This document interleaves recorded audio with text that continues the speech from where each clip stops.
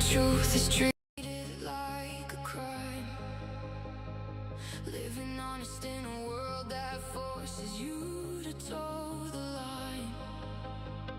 They twist the words, they sell the fear. They keep the masses blind. But deep inside the fire's growing, and it's burning through my mind. Purple flame is rising up, no more bending to their game. Anger turns into rebellion, and the rebellion calls my name. Sick of the poison, sick of the chains they wrap around our souls. We've carried this weight too long, now we're ready to let it go. We're coming to life, turning the tide in this crusade for truth. We're coming to life, Chuppies rise together, armed to the teeth with proof. They attack the pack, try to bury what is real, but they're in the vendor now, and they're gonna feel the steel. We're alive tonight.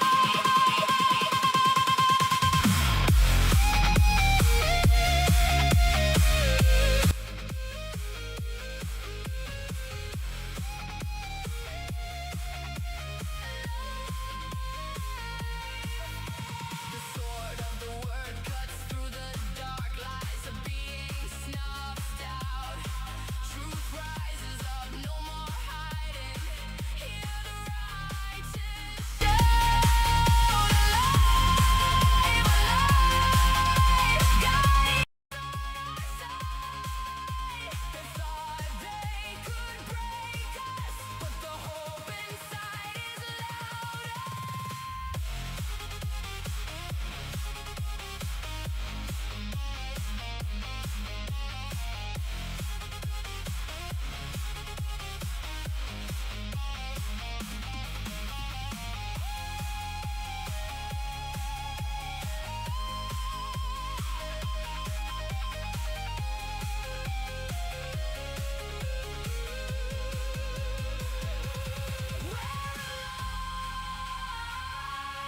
Turning the tide in this crusade for truth. We're alive, exposing the lies that corrupt the youth. We're alive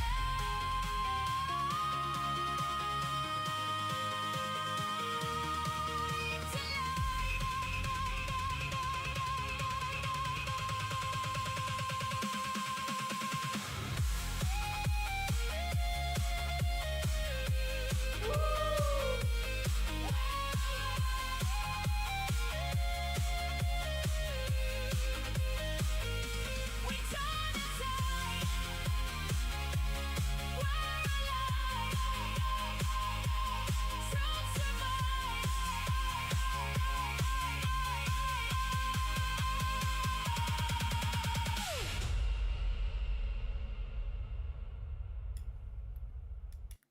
Hello, welcome, hello. I think that went off without a bang. I hope so, without a scuff. Let me just switch so I can see everything that's happening right now. Oh, thank you for the sub, Max 610R.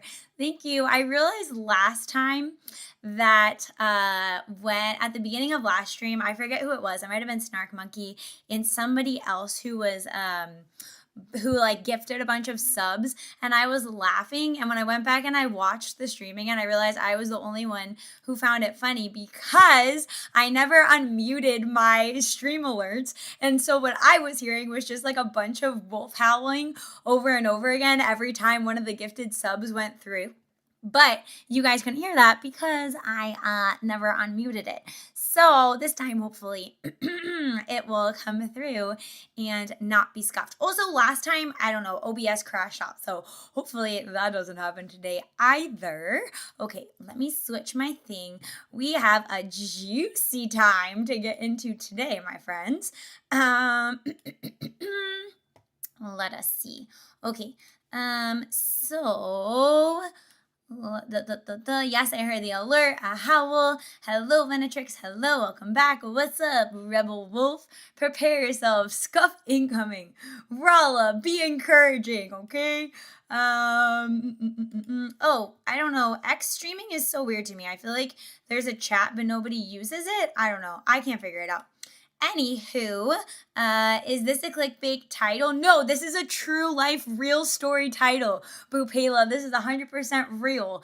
Actually happened. And I'm going to tell you guys about it right now. So I just want to preface before I get into why Powder blocked me, okay? And I will give you guys all of the details and the receipts. Basically what I want to say is I'm not really like personally offended by this. Like it's not something I'm butthurt over. Like it's whatever that she blocked me. But the reason why I'm sharing this is because the behavior that was revealed here, or I should say Powder's behavior, and the reason that she blocked me, combined with some other things that I actually dug up that I wasn't expecting to find, revealed her to be as what I will say is a grifter. And I know she's been called a grifter by the left, and I have rejected that. I absolutely loved the yeah and sentiment, support people who are all about free speech and not putting up with all the censorship and the concern feigning and all the BS of the leftoids, okay? But this for me was like, your entire character was proven insincere. And so with that, I want to share this because I think it's important, as Powder is somebody so influential in the right-wing VTuber spaces, that this be shared. And so, in the future, if she ever decides she doesn't want to, or she wants to unblock me, no hard feelings. I don't think anybody should go after her. She has every right to block me, but I'm making the argument here that it says a lot about what I was blocked over in the context. So, without further ado, let us switch to some of these receipts.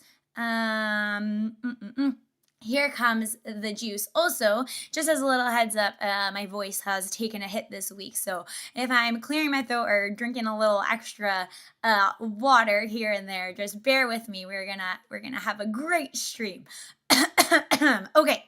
So first things first, and sorry if you were looking forward to the other content that I put in the original stream title. I may try to include all of that as well, but this kind of came up and I thought, this needs to be pushed to the front. So hopefully we can get back to like the dream fun stuff as well that I was going to share with you guys. Thank you for the follow, Teddy Grizz. I appreciate it. Okay, so basically, the situation here is I posted on X yesterday, and I'll give you guys the rundown on the content.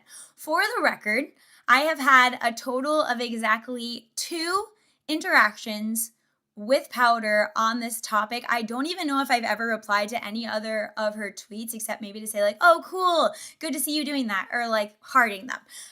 So I've had a total of 2 interactions with her on X. One was at the beginning of April because I went back and found it, and then one was yesterday. So I guess something happened yesterday. I didn't really get like the lowdown on exactly what the drama was about, but I'll show you first. Hopefully you can see that on here. Powder had posted, it's happening again. And I believe this was in reference to like some drama that happened within her community, with people going into, I'm assuming like a left-wing type VTuber live stream and using her emotes. And then I think they got banned and a bunch of people got mad and whatever. Didn't really get the details on that. It wasn't really super important to this situation, just like typical VTuber drama, but I took this opportunity to respond to her in this post, and I said, I'm glad to see you getting bigger, because she just recently hit 100K on, I think, a couple different platforms. I'm glad to see you getting bigger and growing your brand. I appreciate your railing against efforts to censor and thought control. I'm a huge fan of the whole yeah and essence. I absolutely love that. I've said it before, to your brand, and I really like you and your content, Powder. I think it's no secret to anybody that Powdur is really good at VTubing. She's a funny personality. She has a fantastic voice for it. She's entertaining to watch. Her shorts are hilarious, and I think she's very tapped into the culture. So I said, especially your S tier dunking on leftist. She definitely knows her way around like that. But I did say, what I don't like is your myopic, unfounded fixation on the Jews, which is something that if you pay attention to any of Powdur's content, you will see a lot of, what would I call it? Hitler vague posting, signaling. And I, just for the record, have no problem with like Hitler memes. I think it's funny. I think that they were a great push against the crazy leftists who just want to call everybody Hitler. Like, I'm not offended by that. You want to meme it, I think it's fine, funny, whatever.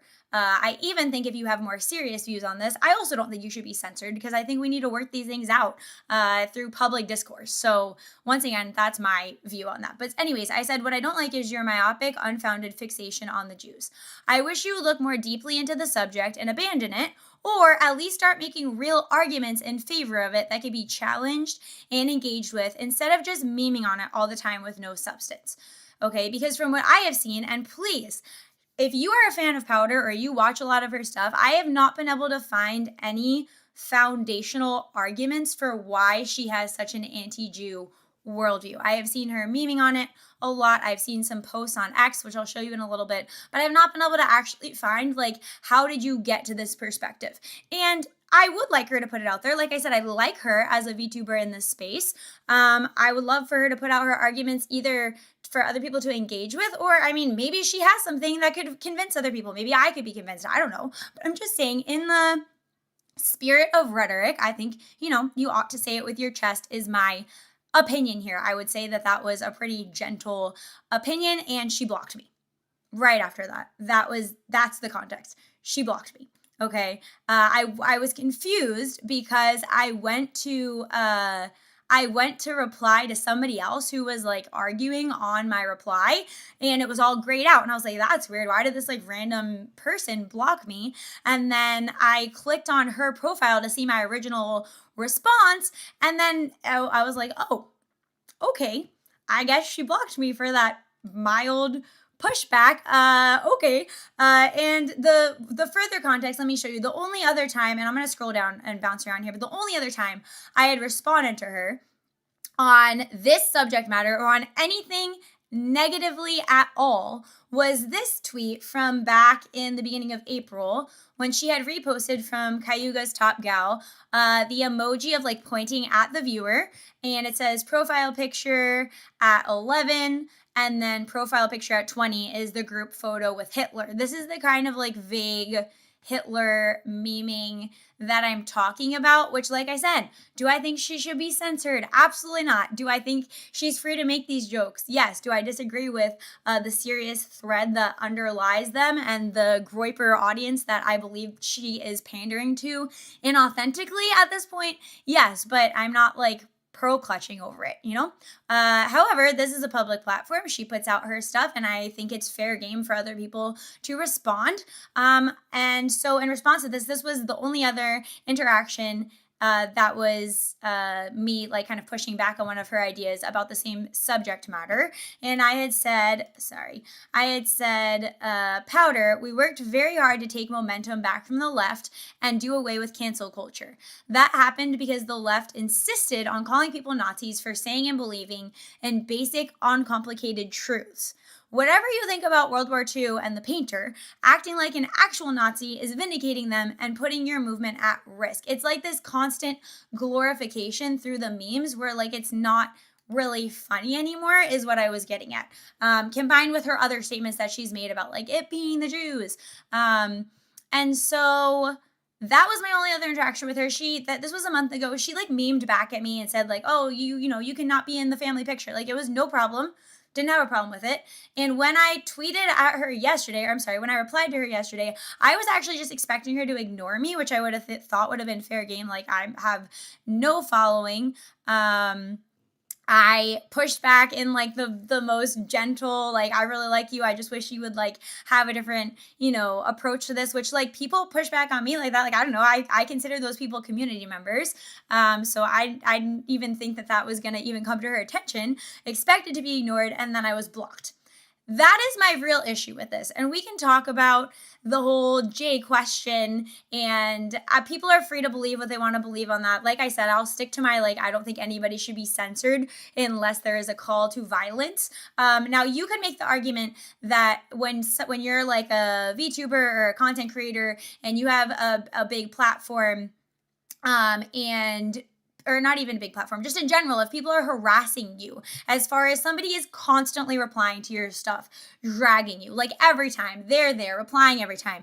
They make the same arguments over and over again. You try to engage with them and they just keep repeating the same BS. Or they're spamming you or trolling you or like ad hoc. By all means, to me, those are totally fair ground, fair game for blocking. I would block somebody for that. I have blocked people before for doing those things, for trolling, for being in bad faith, for ad hoc, for, those, what I would consider reasonable things that are not the same as free speech. Okay. So for me, the big rub here is not even that she thinks differently on the Jake question. Like, whatever, fine. Have your opinion. I really don't care. Like, I care about it insofar as the moral implications and the political implications, and we can talk about that. However, ironically, the queen of free speech, who doesn't like the left censoring her or telling her that she's a Nazi or racist or sexist or the whole essence of the song, yeah, and can't take the gentlest of pushback before censoring me, okay? And that to me is not just a, oh shucks, like what a disappointment, Powdur. This to me reveals something deeper, okay? Because if I responded to you the way that I did on here, by saying, I'm glad to see you getting bigger, that whole thing, but that I want her to, reevaluate or bring some arguments or whatever, would just be about like my desire as a viewer. Either I would expect someone to say, yeah, whatever, like, I just don't do that, right? Like some VTubers, like, they just don't, or some content creators, they just don't want to go deeper. They want to have their surface level thing, whatever. So I would have expected to be ignored, like it doesn't matter, or argued with, or whatever. But to then block me out of that, the only reason I can imagine is because it hits a little bit too close to home as far as an insecurity for not really having an argument for why you're spouting this. And to me, that equals this being grifty behavior is what I'm trying to say. And I will show you a few other things that also kind of get at this. I don't have the tweet in front of me right now because I forgot to pull it up, but I can pull up. There was another tweet she had from a few weeks ago, I believe, talking about like not wanting to go onto the Side Scrollers podcast because she didn't feel comfortable articulating herself, which I think is also now kind of looking at it like there's lots of opportunity for you to come out and say like what you believe and why, or to make some arguments, or to give some context. And I just think that it's not a matter of not wanting to for fear of backlash. Like, she could have gone into the friendliest space of Side Scrollers to do that and is choosing not to. I think it's because there's nothing there. I think it's hollow. I think it's a shell. I think it's a convenient grift to have during this time. And I think that it is worthy of calling attention to, given how much influence somebody like Powdur has amongst people who actually genuinely have reasons to believe what they believe as far as the anti-J stuff. Anywho, let me read you what the tweet that I said was now that you have all of that context. So given that context, yesterday I did take all these tweets and I screenshotted it all and I put it back out and I said, this is your VTuber champion, Groypers. This is your free speech warrior. Shrugs off the most vicious rhetoric from leftoids on a daily basis, but can't handle the mildest possible form of criticism from a fellow right-wing VTuber. I know your name is Powdur, but you're not supposed to be a fucking snowflake. And I think that's exactly what this behavior is showing. I guess I struck too close to home. Can't even let the conversation start because it'll immediately reveal she doesn't even know the arguments for her supposed position. And I'll just say, I don't know if I said this already, if you are somebody who watches Powdur and you have watched many, many streams and you've been in her community, please, if you have arguments that she has made so I can understand where she's coming at this worldview that she's memeing on all the time, I would absolutely love for you to send it to me. DM me on Twitter, send it to me, tweet it at me, tweet it out yourself. I would love to engage with that. But from what I've seen, I have not been able to find anything like that. This is not the behavior of someone who authentically believes in number one, free speech, or the Mein Kampf worldview. People who believe in both are universally foaming at the mouth to have that debate because they think it's literally the single source of all the world's problems and thus the most urgent issue in need of exposing, debating, and espousing. Seriously disappointed to find out that Powdur really is a grifter. Pathetic, really. So I would say that is my take on that.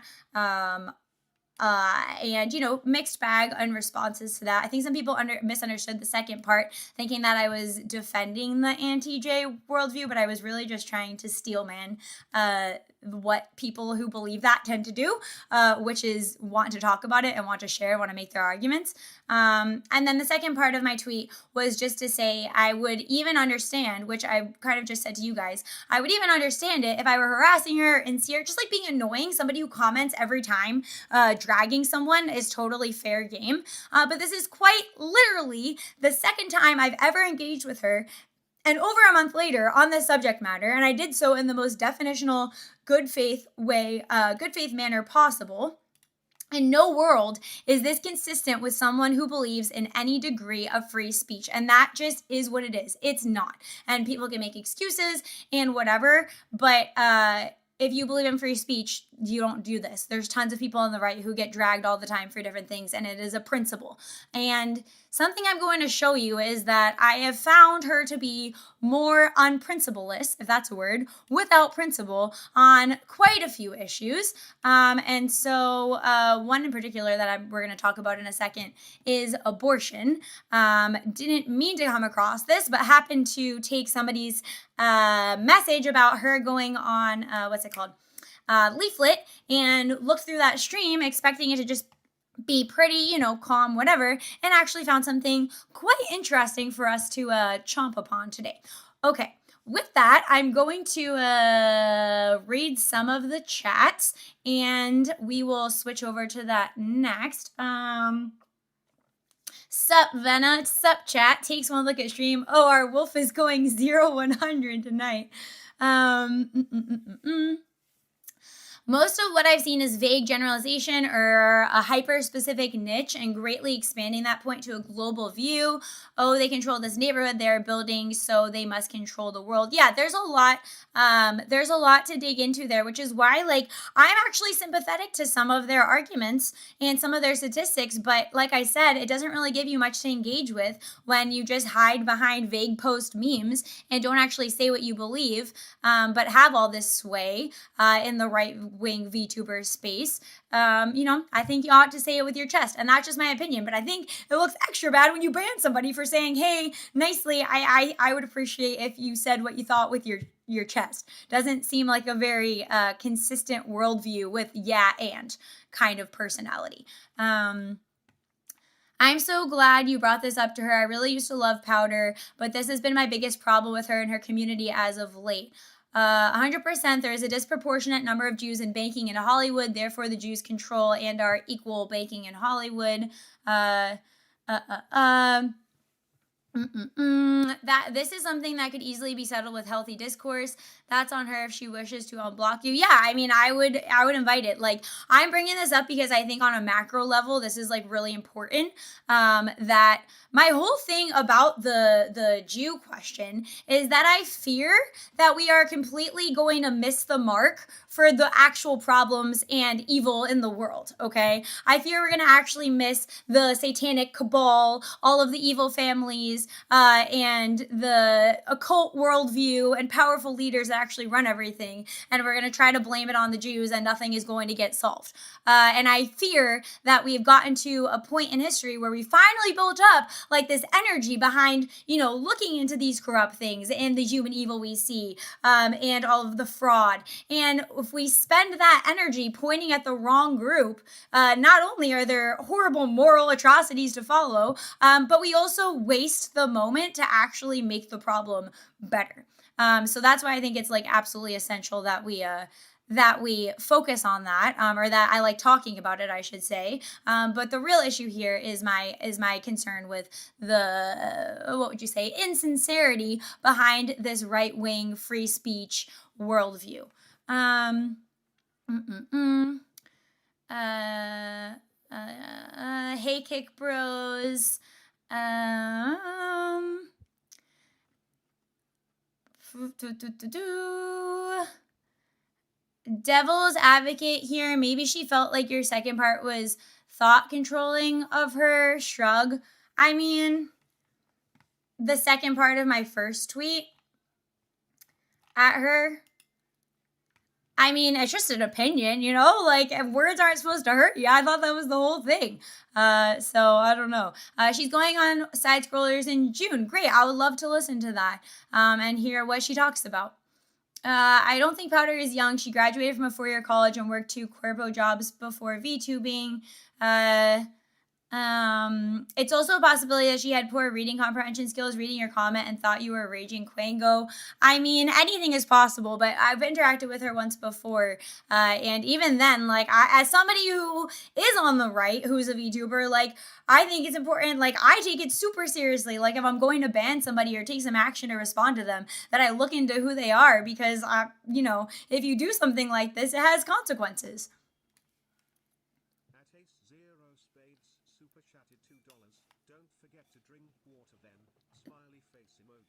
Thank you, Ace of Spades. I'm glad you said that, because I actually do feel like my mouth is getting dry. So, reminds me of the high schooler that knows everything, but it's all surface level or vague. What I heard. That's fine. I get it. It's just not fleshed out. Yeah, I mean, I was actually thinking about this last night. I'm drinking some water, but I was actually thinking about this last night as I was getting ready for stream today, as I was watching the Leaflit and Powdur stream and like writing out some responses and like replying to some people. And I was thinking, like, you know, this is hard. Like, it's actually hard to figure out what you think and why you think it and try to respond and try not to overextend, which I try really not to do that, to say like, I don't know, or I need to look more into that, or this is what I think, or this is just how I'm reacting in the moment. And if I knew more, like, my opinion would change, whatever. It would be a lot easier for me to just vague post offensive or spicy memes or sentiments. Like, I'm just saying, it would make my life a lot easier as a VTuber to do that. And if I were super big and already like had a massive audience and making a good amount of money, like, there wouldn't really be much of an incentive not to do that unless I had principles. And I'm trying to make the case here that this is principle-less behavior. I highly doubt she's ever read Mein Kampf. I mean, I'm talking about it colloquially as a worldview. Your TTS voice is very quiet. Oh, sorry, I'll raise it up. I lowered it because of the running sound. I didn't want it to blast anybody's ears out. Okay, let me switch to the other thing I want to show you on here, which was, hold it up, wait a minute. I'm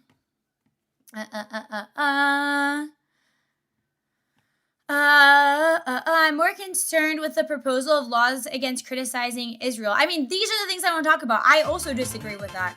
Thank you for the follow, Time Heart. I also disagree with that. I also don't think APAC should exist. I don't think these foreign governments at all should be donating, but neither should Qatar. China shouldn't have influence either. There's tons of other sources of influence that all fall under things that are really big problems for our country. But these are the topics I'd like to be talking about, is what I'm trying to say.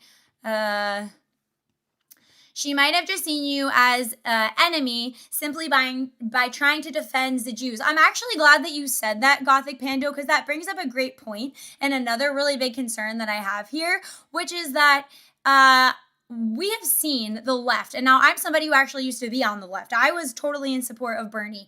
Was on that side and got pushed over by the truth all the way over to the right and away from their insanity. I remember when the left was not psycho, when most of us, I never was in favor of like the transgender stuff and the, you know, lesbian, gay. Like, I was like, whatever, but I had people in my life, like acquaintances that I knew that were like that. And I remember specifically saying to my friends, like, Yeah, it's really convenient to just focus on changing your gender and doing all this weird shit to yourself than to focus on like the real problems of society. When I was on the left thinking like economic problems. Thank you for the sub on Studley Cosmos. I appreciate that. I used to say like it's really convenient to be focused on all this social bullshit of what gender you're gonna be and how you're gonna say that you're another gender, but you're still gonna conform to gender rules even though you don't think they exist and all of that, rather than focus on the corruption and the wealth inequality and the the disenfranchisement. Like that was my worldview when I was on the left. And so the left, like if we're thinking like Bill Clinton era to now, have gone completely insane, and the most crazy leftists have totally taken over the party's whole, what would you call it, zeitgeist is the word. Their whole way of being is based on their most insane wing of communist behavior at this point. And I fear that if we let that happen with the right, with emotional thinkers, we're gonna be no better than the left. That's what our whole movement is going to be defined by, and I think that's incredibly dangerous for the future, and also just like embarrassing to the side that's supposed to conserve and have principles. And so I see a lot of people on the right that are just running around acting emotional, which I have to say, banning someone for this without really looking into it, or if you did look into it, banning someone for what I said is very emotional. It's definitional emotional behavior. Yeah. Yep, and same with anyone overseas. It's funny they were complaining so long about Russian interference, yet they don't care about Qatar or Israel. For sure, it's the boogeyman thing to some degree as well. What I notice is I tend to criticize actions. Those younger than me tend to criticize association or perceived things. You can't have a worldview without even knowing the basics. That's not a worldview, then. That's just being a parrot. That's what I'm trying to say. Like, it's one thing to say, like, I'm convinced for these reasons. I've looked into the statistics, and I think that the disproportionate amount of Jewish people in fields of power and influence means that there's a high likelihood that they are pulling the ultimate strings, and you can look at the history and like all these things that people, thank you for the follow, 8-bit dick, all of these arguments that people make in that camp, and that's all fine, and I disagree with them. I don't think that that's the be all end all, and I have my arguments for that, but it's one thing to do that, and it's another thing to just be like what would you say, salivating at Hitler and memeing on that. And here's the other thing I want to show you before I show you the Leaflit, what's it called, VOD or live stream, is the other tweet that I actually didn't respond to this, but I did, I did see this, and I actually reacted to this on stream a while ago, also gently. It wasn't a harsh criticism. It was just something I didn't like, but I didn't actually respond with a tweet to this. Back in March, when Trump first went into Iran, Powdur had tweeted, "It's not the Iranians degenerating American society. It's not the Iranians turning us into debt slaves. It's not the Iranians racially oppressing me in my own country. The Iranians aren't my enemy," okay, which is like a massive dog whistle. And then, she's arguing with people in the comments, but then there's this comment down here, which is kind of getting at what I'm saying. Somebody said they skinned an American alive, by the way, and her argument in response to that is non-Jewish source. Okay, so just saying. Horseshoe theory outlaw. Oh, look, I know that guy. Look, Mom, I'm on TV. Oh, yeah, Zevelyon, you're on this one too. I think you had responded to her too in here. Dumb take, straw man argument. The Iranians aren't who we're attacking. The Iranian regime is a regime whose number one priority above all else is the destruction of the big Satan USA. Have some forethought. You can be against Israeli influence and still in favor of this. Yeah, exactly. Like I would say I am. Were those 151 Iranian schoolgirls part of the regime? Were they my enemy? This is a war of Israel. This doesn't benefit white people at all, which is just, number one, I think the Iranian schoolgirl thing, from what I remember, ended up being true, that it was like collateral from the United States, but that doesn't undo the point of why we were going into Iran. I think I had made the point earlier that like collateral happens, it's part of war, and so while we can all say that's awful and we really don't want that to happen, that doesn't mean that the action isn't the correct action to take. It absolutely does benefit white people at all. And And then I'm just going to keep going with this thread because this was a great point. Zevelyon responded and said, it's called collateral damage. Don't virtue signal, freeing up the Strait of Hormuz for trade, obtaining a check on China's oil supply, putting a stop to 100% of the funding for nearly all terrorism in the region, removing Iran from the World War III axis. These all benefit white people. That's a great point. Exactly. Am I signed in? Yeah, so you get the point. And then the other day I saw this, also didn't reply, just happened to see it. Banana Juju was, I think it was some sort of drama with Fifi. I think it was. Once again, I don't really like follow all of their drama super closely, but Powdur had responded to her. I don't think it's very important what Fifi said or what Banana Juju said in the first place, but Powdur had responded and said, tell it like it is, Juju. It's shameful behavior that shouldn't be celebrated. Somebody responded and said, silence, Foyd. If I'm correct, Foyd is just like a slur, like a female incel, right? Is that what that's supposed to be? Hello, Guardian. Hello. And then she said, silence, Jew. So she's constantly using rhetoric like this. This'll, like, you get what I'm saying. There's a whole picture here. It's kind of a holistic thing. And then somebody said, now, not all Jews are an affront to mankind. A better way to put it would be a waste of life. And then she said, are you Jewish? And he said, I am not. I am a Christian who recognizes that Jesus was a Jew and he practiced Jewish traditions, attended Jewish feasts and festivals during his life in ministry. I attend a Messianic congregation that is Jews who have come to the knowledge of their Messiah. Then she sarcastically says, you want me to refer to the Jewish person as a waste of life? That's pretty anti-Semitic of you. Nah, not all Jews are that way. Some can be confrontational, which is why I said that, and that was stupid of me. How dare you not defend a poor, innocent woman being silenced by that Jew? I see where your allegiances are. So there's just like a lot of this going on as well. And so once again, didn't respond to this, only politely responded to the tweet from yesterday and was insta-blocked. And then I had gone through this stream because I forget who it was, but somebody said, oh, Powdur recently went on Leaflit and they had a really good conversation, talked about their differing points of view and all of that. And so I was like, okay, well, I'm going to look through this. I actually didn't get a chance to watch this before. And I came across something pretty interesting when we get to about 4 hours and 7 minutes here. Hey there, the Skybrows music video pointed me in your direction. Oh, hello, Taylor. On the Jew question, personally, I believe everyone is worked up by it. It is because of Muslim propaganda, specifically with Palestine. I mean, there certainly is a lot of propaganda going on. But I think the thing here for me is, like, my biggest thing is, like, I didn't even want to come on stream today to, like, argue about the Jew issue because it's just something that can be talked about. Like, it's just, I don't want to say it's not that big of a deal to dismiss it, but what I'm trying to say is, like, it can be talked about, it can be discussed, we could hear arguments, you can tell me about some crazy documentary you watched. Like, I'm saying this to anybody on the right who believes that. My biggest issue here is you cannot be a champion of free speech, the, you know, what would you call, poster child VTuber for, yeah, and I don't care, call me whatever, because I'm not those things, right? Like, we don't like when people call us racist for thinking that white people ought not to be, harassed, or what should I say, that people ought not be racist against white people. We don't like that we're called racist for that, or sexist for saying the ills of feminism. But, like, you can't really say, yeah, and I don't care if you call me that because I'm not, when it's more like, I don't care if you call me that because I am. Like, I am being those things.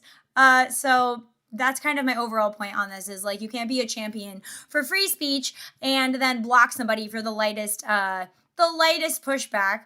And you're free to do it, but it certainly shows a massive crack in your worldview. She certainly likes free speech when it's for her. Does Powdur really practice free speech though? Well, like I said, she certainly likes it when it's for her. And a lot of what I'm seeing about her worldview is that it's based on how she happens to feel.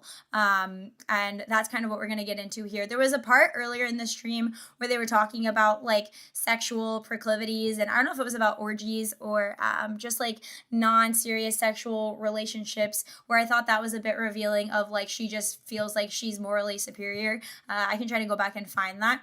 She did say like I forgot exactly what she said after that. I think she did say because it has ill effects, and that's totally accurate. But the initial response was pretty unfounded.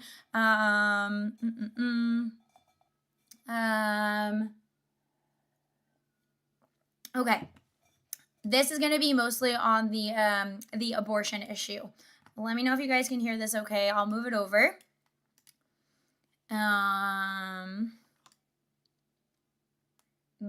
Let's make it bigger. And let me move out of Leaflit's way. I'll also say, you'll see in a second, God bless Leaflit for having the patience to go through this conversation the way she did.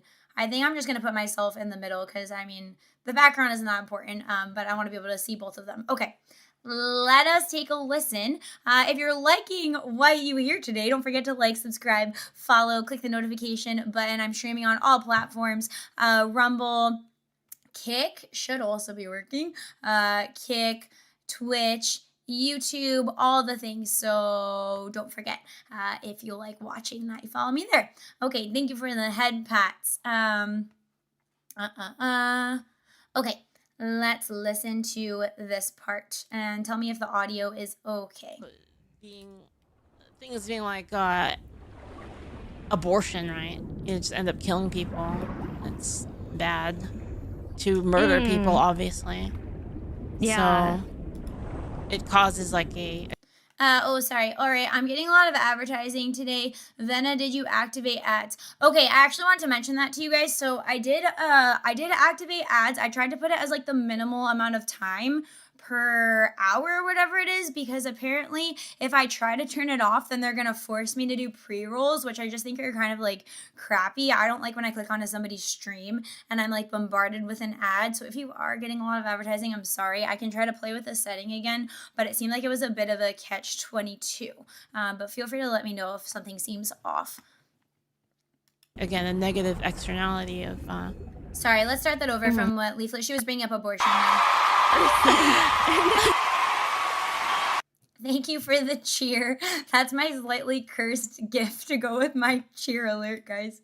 Okay, I think it was like 4:06 about or so. Okay, pre-roll is gay. Yep, I agree. I got 5 in 30 minutes. What the hell? You are not supposed to get 5 in 30 minutes. It was like supposed to be way less per hour. Is anybody else having that experience with the ads? Let me know, and I'll see if I can change that, because it was not supposed to be that many. I hate that. Well, yeah, I guess what would your argument be against that? Far more of an issue than whatever I'm doing. But then what happens then is that like, they say the same thing. I am the morally superior person here. They are not. I think that was the end of the conversation about like sexual proclivities. They are the morally disgraceful person, and they need to be treated as such. Contact. Wait, contact? You're good. Wait, contact? What is that? Oh man. Oxygen. Let me take a drink. You're very funny. Okay, it's coming up right now. Yeah. I think Leaflit's gonna introduce it. Cowboy butt set. Yeah, I mean, there's a lot of negative externality to people like having hedonistic tendencies. You know, things being like abortion, right? You just end up killing people. It's bad. To murder people, obviously. Yeah. So it causes like a negative externality of dead babies, which I think is probably one of the worst negative externalities. I agree with that. Of it. And then there's other ones. Talk about abortion? Sure. What do you think?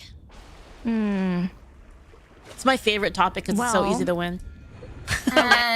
Sexual degeneracy is gross, and IDK of seeking further justification to oppose it is really necessary. Okay, well, here's what I'll say on that, because I was actually thinking about that last night, and I noticed that Leaflit does this thing where she kind of like asks further questions to dig deeper into why people think what they think, which I think is a fantastic tool in conversation. It seems like Leaflit does it really respectfully too. But I will say, sexual degeneracy is only gross if there is an objective truth. Okay. Everything that we base our morals off of is based off of the idea that there is a reality or a correct way to live that has certain effects.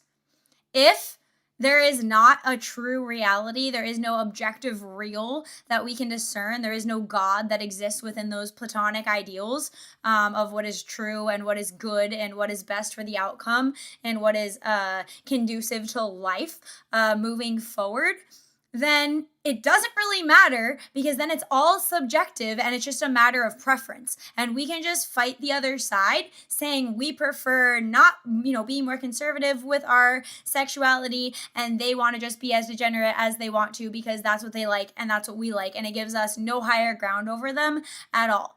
Okay, so yes, like people can use rhetoric and all of that, but I do think that it's important to ground why you think what you think, or else you just sound like a leftist saying just because I feel that way, because I'm morally superior, because that's just the way that it is.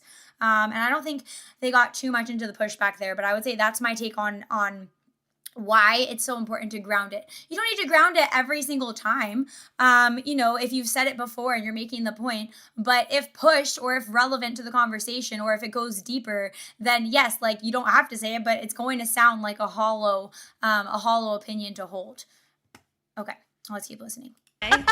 Win. It's unbeatable. It's almost unbeatable. I can't even think of a single part. Or are you pro-abortion?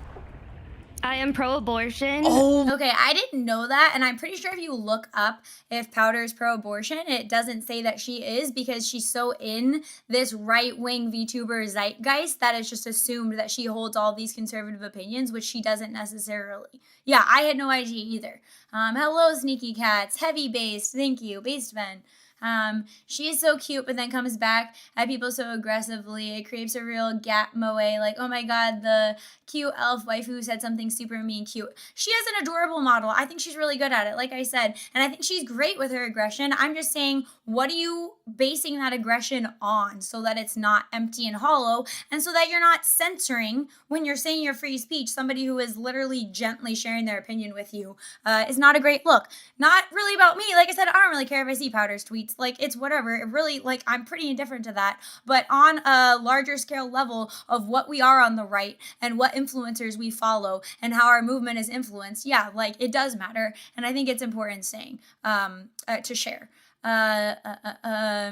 Interesting. That is odd. Yeah, it is odd. She's about to say some really odd things, which I did not expect her to say here. Oh my god, that's gonna be fun. Also, the more I watch of Leaflit, the more I like her. She's so funny, and I feel like she's so into this. She was sharing about how she thinks and why she's going through all this and why it's so much fun for her. She is very sincere to me in her beliefs. Oh man. Okay, how do we even? Is it the big three? What? The big three: Tell me. rape, incest, life of the mother. Those are the ones everyone always uses. Oh yeah. Well, sure, that of course in extreme cases. So Leaflet's bringing up that it's the big three, and she doesn't really know what the big three are in the first place, but is yeah, okay, whatever, that's what I'm against. Yes, I think it's rape, incest, the life of the mother. I think that's fine, and I think a lot of people can agree on that.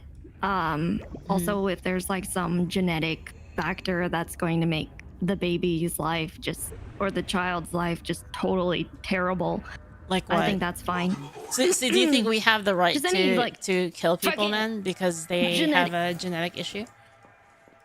Yeah, if they're gonna sit there and every time they step outside their house, their skin melts off or something. I love how freaking straightforward she is. I was floored when she said that. God bless Leaflit for handling it with so much grace. That she just said that if kids have a genetic condition, we have the right to get rid of them so that they don't suffer in life. That is the most Nazi thing you could possibly say. That's not talking about somebody needing end of life care, is a vegetable, they can't live without, on life support. But to say that before the baby has even been born, if they have a genetic defect, we have the right to get rid of them? That is unhinged. I was oh my god, but, blocking me wasn't that big of a deal. What did I just stumble across? That's Nazi shit. Well, that escalated quickly. This is what I'm saying. This is what's under here. This is Powdur exposed. This is crazy. I have to play this game. Like every time I deal with other people, I'm like, oh, well, I mean, I don't know about that. Like, And yeah, she is just outright saying it. She clearly feels comfortable just outright saying this. It's crazy. Oh yeah. Yeah, no, that's how I feel. Cause like, what kind of quality of life is that? Like, I think it's just a moral difference. Let's try I mean, not again. really It's a a moral massive difference. moral It's difference. just a difference in idea there. I don't really think I could convince you away from that if that's the root of the belief. See, because the thing is leftists can't say that. She also tries to say in a moment, I believe, or a little bit later on, that basically the death penalty is the same thing as abortion. Thank you for the sub. Thank you. Leftists can't say that.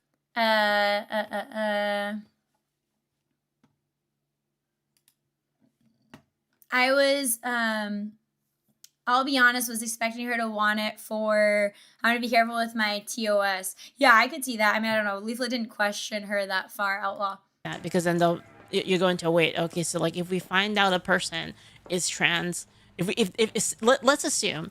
It's not really a Nazi thing, to be fair. That was something done far into the past, was a Spartan thing, for example. Well, I think Nazi extends far beyond the Nazis of World War II. Like, Nazi is a worldview. And so I think there's lots of people that subscribe to that who weren't part of the literal Nazis of World War II, but it's more so like what you think about the way the world works, how you think we should manage each other, what you think is true about the races, what you think is true about racial differences, which for the record, like, I do think that there's differences. I just think different races are good at different things, and that, you know, white countries have a right to be white countries and manage their immigration and have people integrate into their white culture. That's not to say there shouldn't be anybody from anybody else ever here, or that there aren't people in other races that are better at things that we're, you know, good at, all of that. Like, I'm just saying, I think it's a deeper worldview. Okay. That being trans is like a thing, and again, we talked about there's a lot of theories around it. We don't know what causes it, right? You think it's like a social contagion, but let's assume that there actually was a physical condition that causes it. Oh, right? Interesting point. Then there, you would Leaflit. tell them, okay, if that's true, because a lot of trans people believe that it's a physical condition. So you're saying it's a physical condition. Well, are you telling me that trans people don't suffer and don't have terrible lives? And it's like, if they say yes, and you say, well, does that mean I can kill, I can pre-screen people for being trans and then just annihilate them? Great point. With my baby annihilator Great 2000. point. The baby annihilator 2000. That's funny. So you think I'm not Christian and I disagree with that stance, though. A life of struggle is still worth living. I mean, I totally agree with that. I am Christian and I have the worldview that, like, we're here for a reason, and that there's suffering that we are intended to go through, even though I don't often like going through it, and that by aborting a baby, you are not only eliminating their life at conception, at when they're 5, at when they're 10, at when they're 20, which Leaflet is going to say in a second, you are eliminating their chance to live a mortal life. In a Christian worldview, you're preventing them from what things might happen to them here. Will they be okay anyways with God? Sure, but like, you're intervening there to do that. That is a lot, Purple Guy. Over here on Kick, no ads. Hang on for just a second. I want to check something. I think something is weird is going on with my Twitch, which I was not intending to happen. So hold on. Let me see if I can switch this. I'm going to lower this down and see if that works.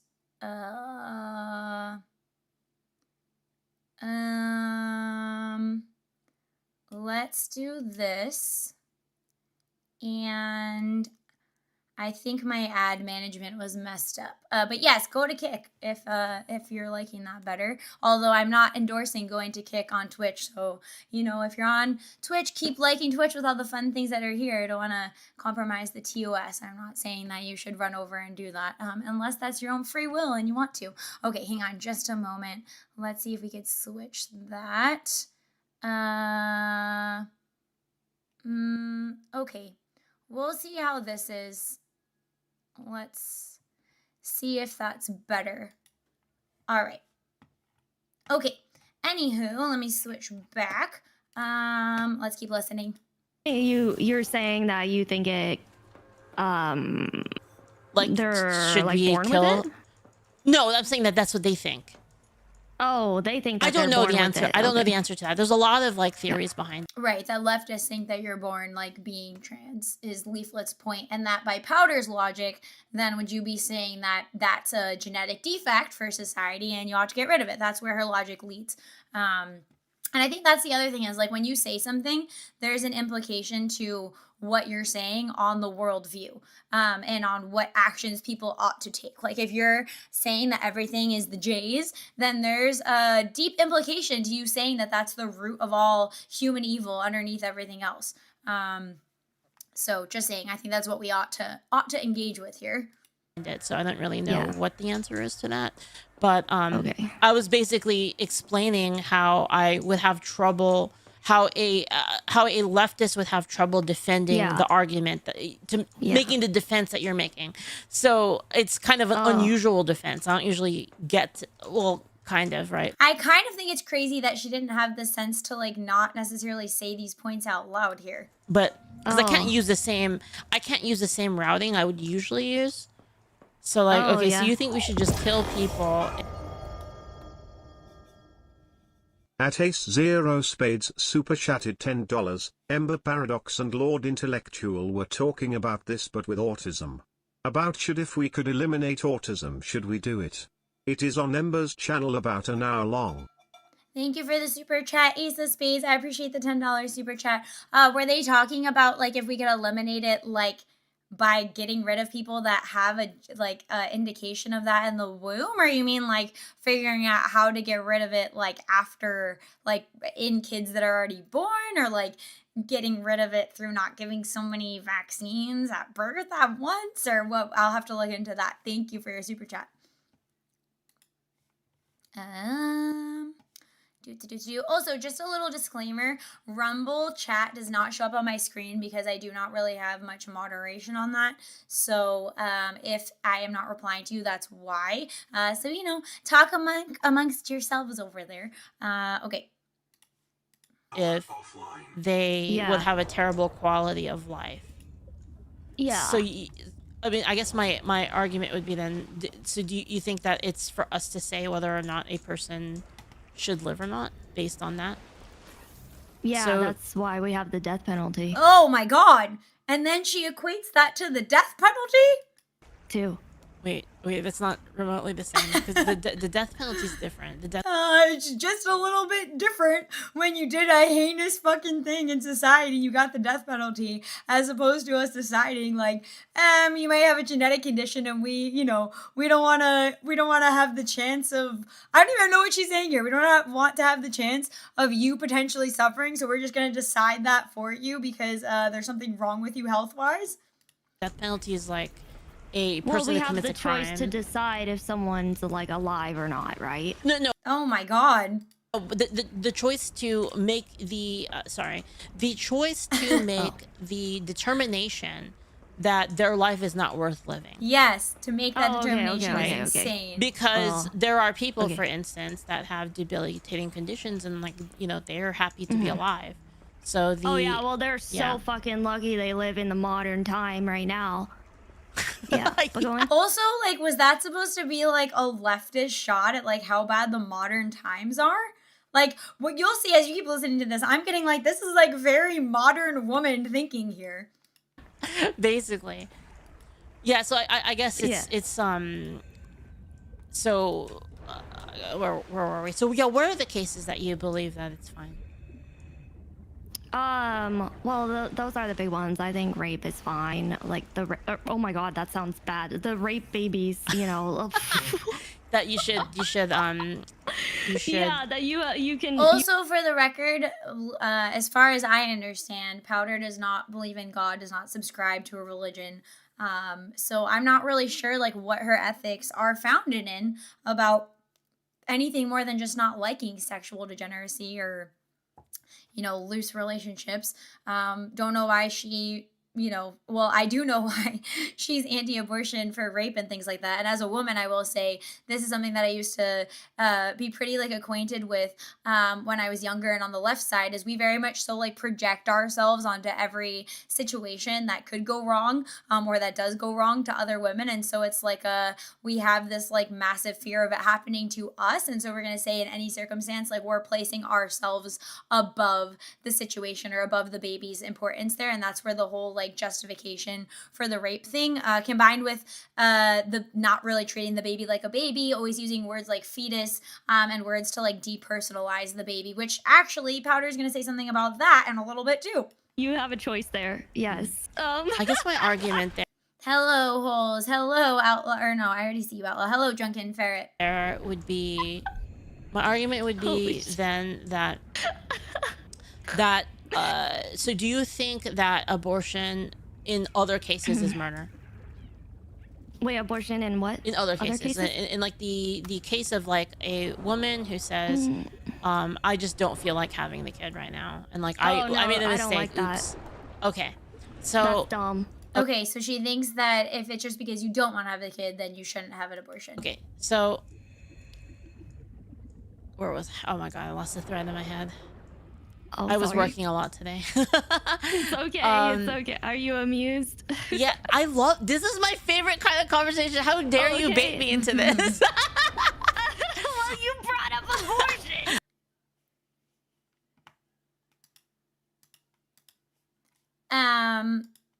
Sorry, I think there's a glitch here in this part I'm of the just video. talking about There we go. orgies, so you know. It's my favorite it's thing. natural that we move into babies, I guess. Yeah, so it's like, okay, so if you, okay, so if you, so you're saying that that's murder, right? But it's not murder in the case of yeah. grape. Why? Great question. Great question. Well, murder. Sure, whatever. In the case of rape, Yeah, I just so- think that that's an extreme enough case that like Justifies you should murder? be given the choice. So she thinks that a rape baby is an extreme enough case that murder is justified in response, is what we just heard from Powder. That it Yeah. justifies murder. Yeah. I'm not this person who's like gonna moral grandstand that all Oh murder my is God! bad. You're very refreshing. I'm not going to moral grandstand that all murder is bad. I'll just have you know, like self-defense, death penalty, killing in defense of yourself, or like that is not murder. We're talking about murder. Murder. And justification of murdering babies and abortion here is justified because of rape. That is insane. That's That wrong. is depraved. Hold on, I'm gonna replay that part. 4:13, 4:12. Wait, abortion in what? In other cases, in like the Leaflit case is great of at like this. a woman who says, I just don't feel like having the kid right now, and like I made a I mistake. don't like that. Oops. Okay. Right. That's So- what I just heard. Dumb. Okay. So where was? Oh my god, I lost the thread in my head. Oh, I was sorry. working a lot today. It's okay. It's okay. Are you amused? Oh, sorry. I was gonna try to skip ahead like 30 seconds. Yeah, I love. This is my favorite kind of conversation. How dare you Okay. bait me into this? Also, if you're chatting in different chats, I don't know. There's some like light mod stuff on because I don't want to get TOS'd. So if your thing gets censored, I'm sorry. I'll look into it after. Sorry. Well, you brought. Also, guys, I'm just a baby little green VTuber, so if I'm missing your chat, I'm sorry that I'm missing your chat. Why is this coming up here? This is so weird. Hold on a second.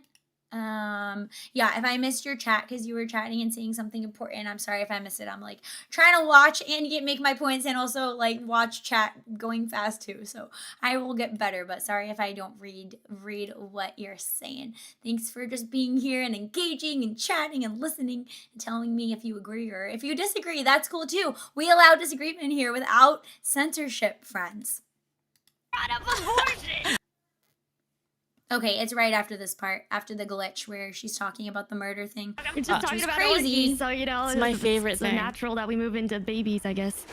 Yeah, so it's like, okay, so if you, okay, so if you, so you're saying that that's murder, right? But it's not murder in the case of yeah. grape. Why? Well, murder. Sure, whatever. in the case of rape, I Yeah, just so- think that that's an extreme enough case that like Justifies you should murder? be given the choice. That it Yeah. justifies murder. Yeah. Yeah, I'm that not- it I'm not justifies this murder. person who's like gonna moral grandstand that all murder is bad. You're very refreshing. Yeah. Oh my That's wrong. god. Oh I my think there are god. I situations can't believe she in said which, that. you know, in this context, especially, that Oh, murder that it is makes a lot definitely of bad. sense. So like, so you're okay with killing an innocent person? She's in this having a case? woman moment. Yeah. Yes! Damn, that's crazy. Yes!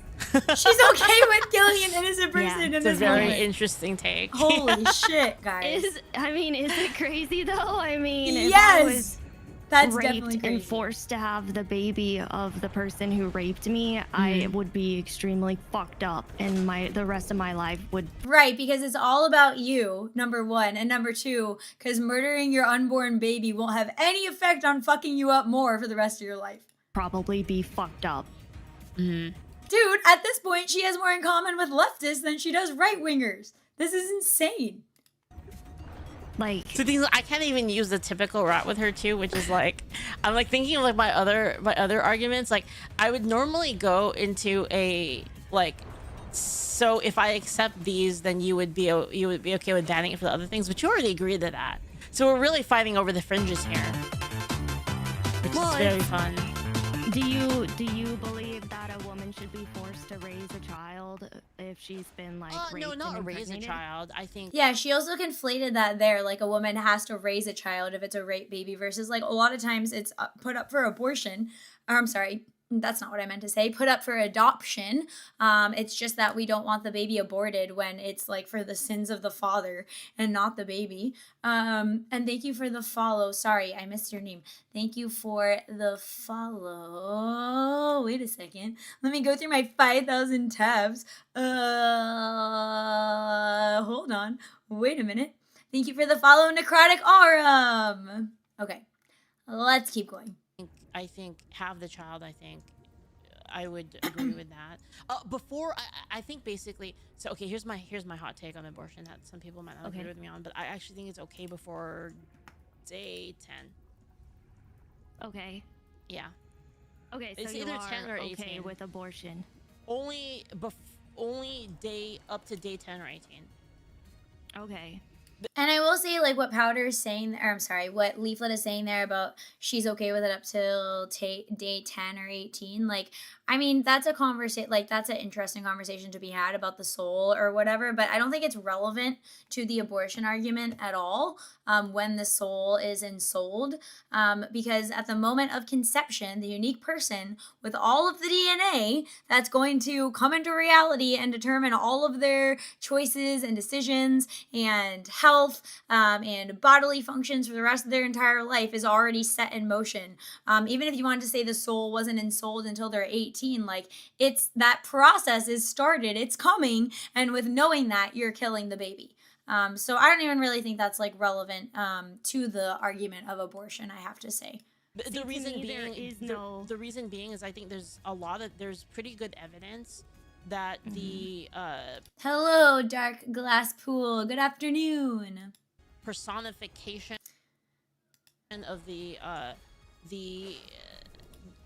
person, at least day 10, that the personification is not based on the DNA.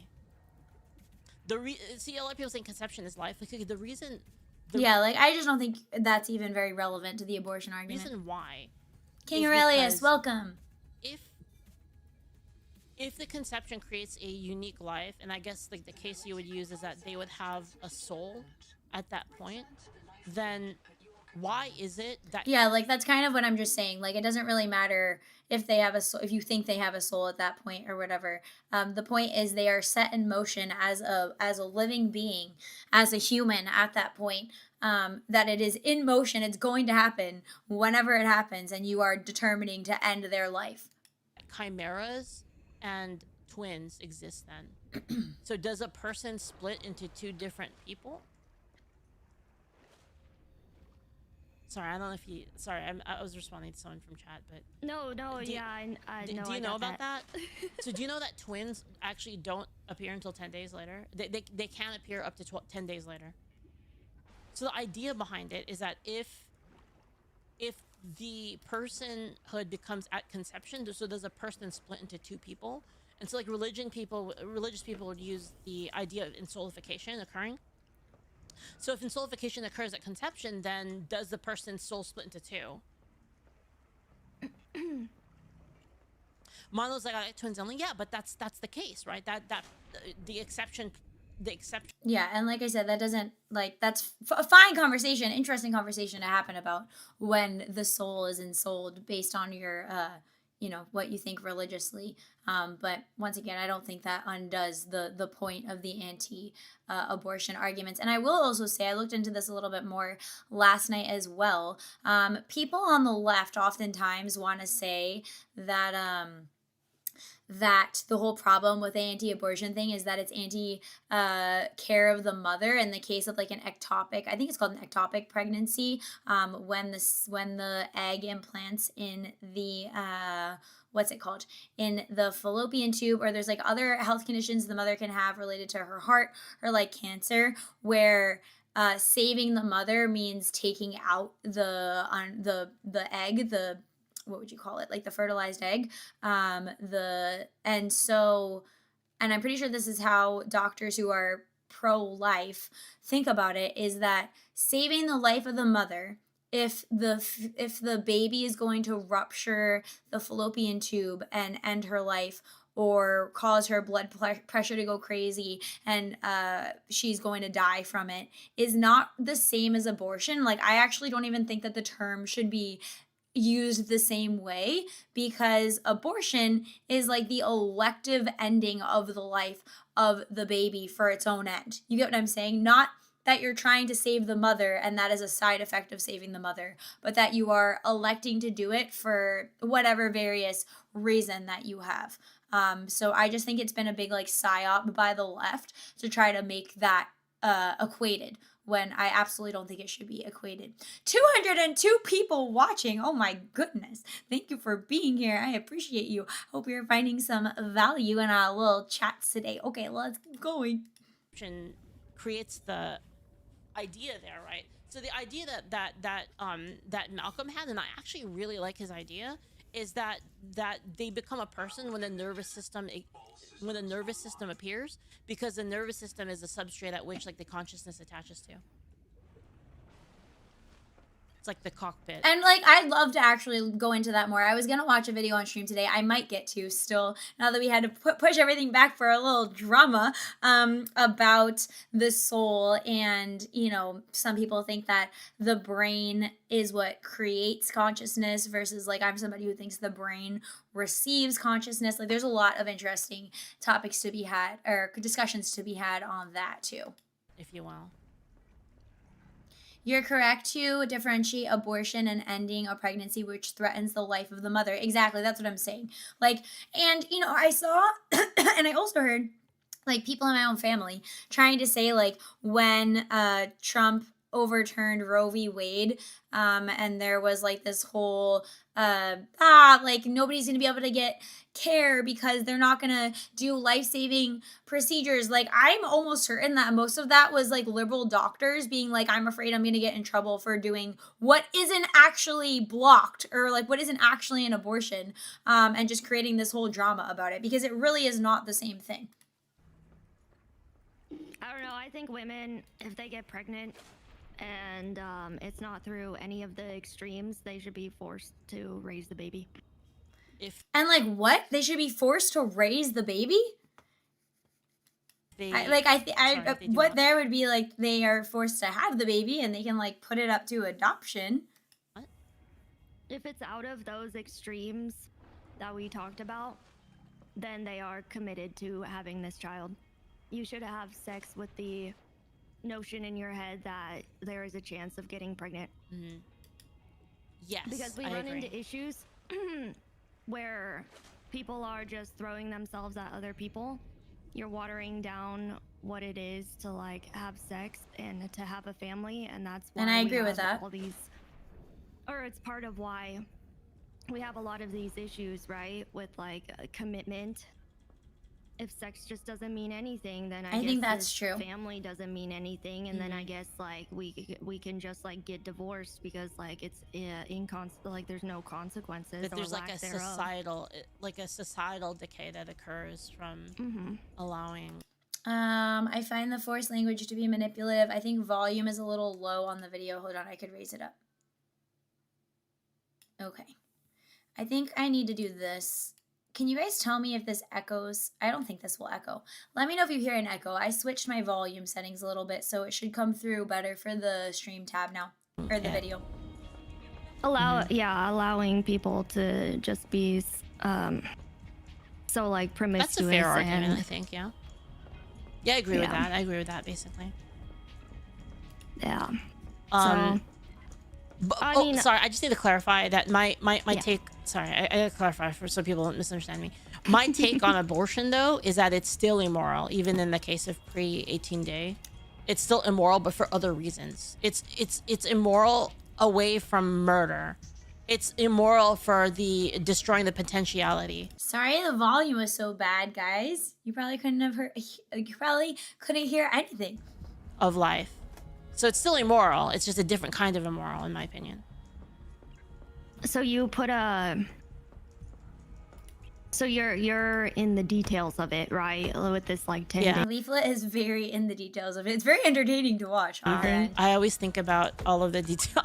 I'm like a crackhead. Like I'm the type of person that I wake up and I lay in bed and I just think about stuff like this because I'm just weird.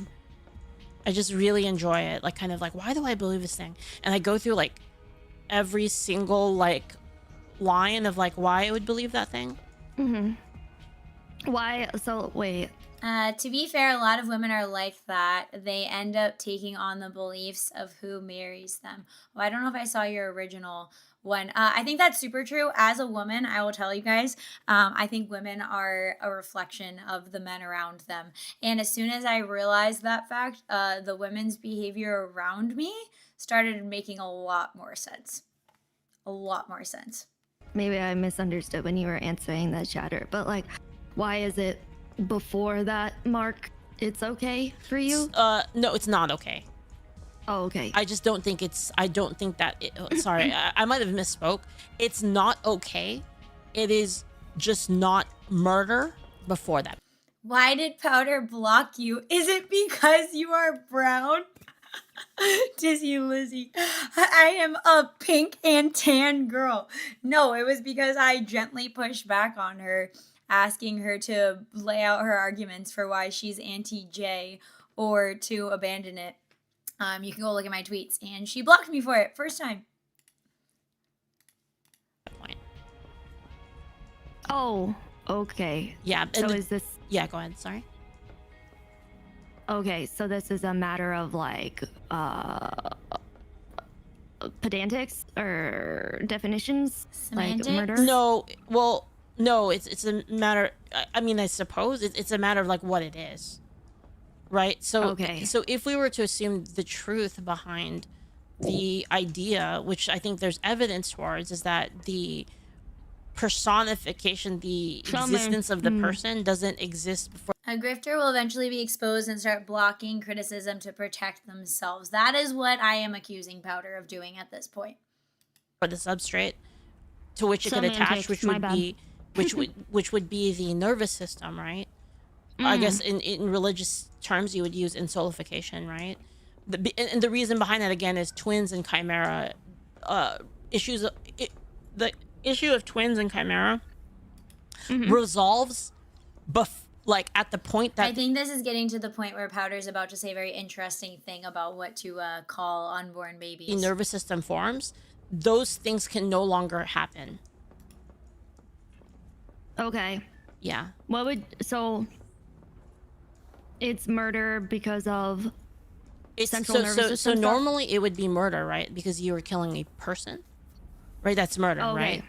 Right. So So they're- before day 18, and like this is like way before abortions nowadays, right? So they're the not a nervous person system before because the day nervous 18? system doesn't exist. So the idea is that the insolification in the religious sense, the insoulification, and in the secular sense, the substrate at which like the consciousness could graft onto does not exist.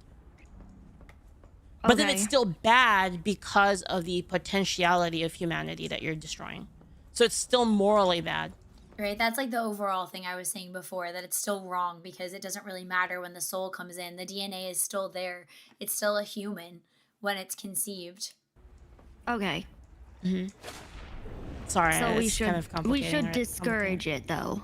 Yeah, it's bad. It's still morally a bad thing. Okay.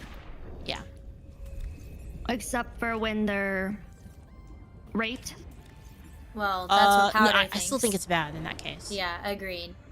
Okay. Yes. Because So they should have to like have this baby. What do they do after?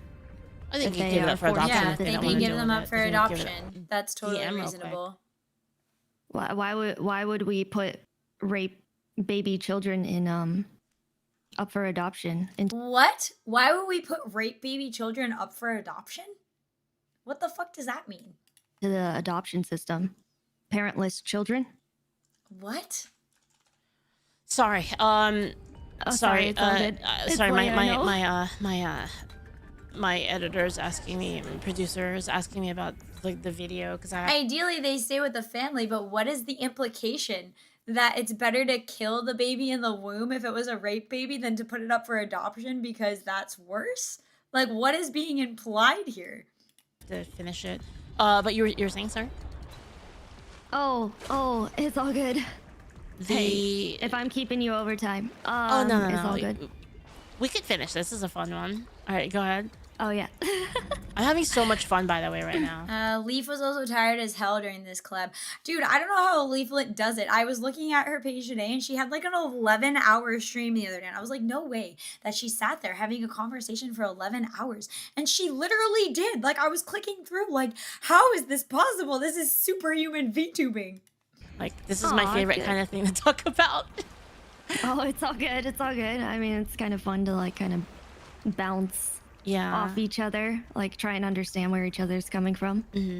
So you think that so your question was about what the child and then having to be put up for adoption, like why like how is it good if you want to make the argument like what's good for the child, what's good for the children? Like, how is it good for this child to be put into the adoption system? Well, the alternative is the alternative is that they are killed. Yeah, duh. The alternative is that they are killed. Is that better? The alternative is that they're murdered. So I don't think there's any sort of like alternative. I think that is like a better state. I guess. I still think that life is worth living if it's hard. Yeah, that's a hard one. I absolutely hate suffering, but I cannot deny that it is worth living, even though it is hard. Okay. Okay. Hello, Zayla. They would just be killed. Yeah, because the alternative is one of the harshest things, right? It's the annihilation of the person. Yes, literally. Hope you are doing well. Hope you are doing well too. So it's the harshest thing that we could possibly do, right?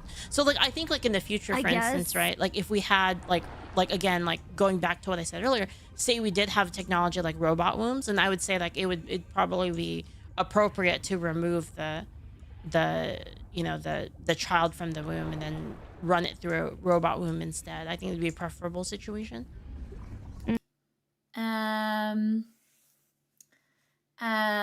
Hold on, I'm just looking at chat.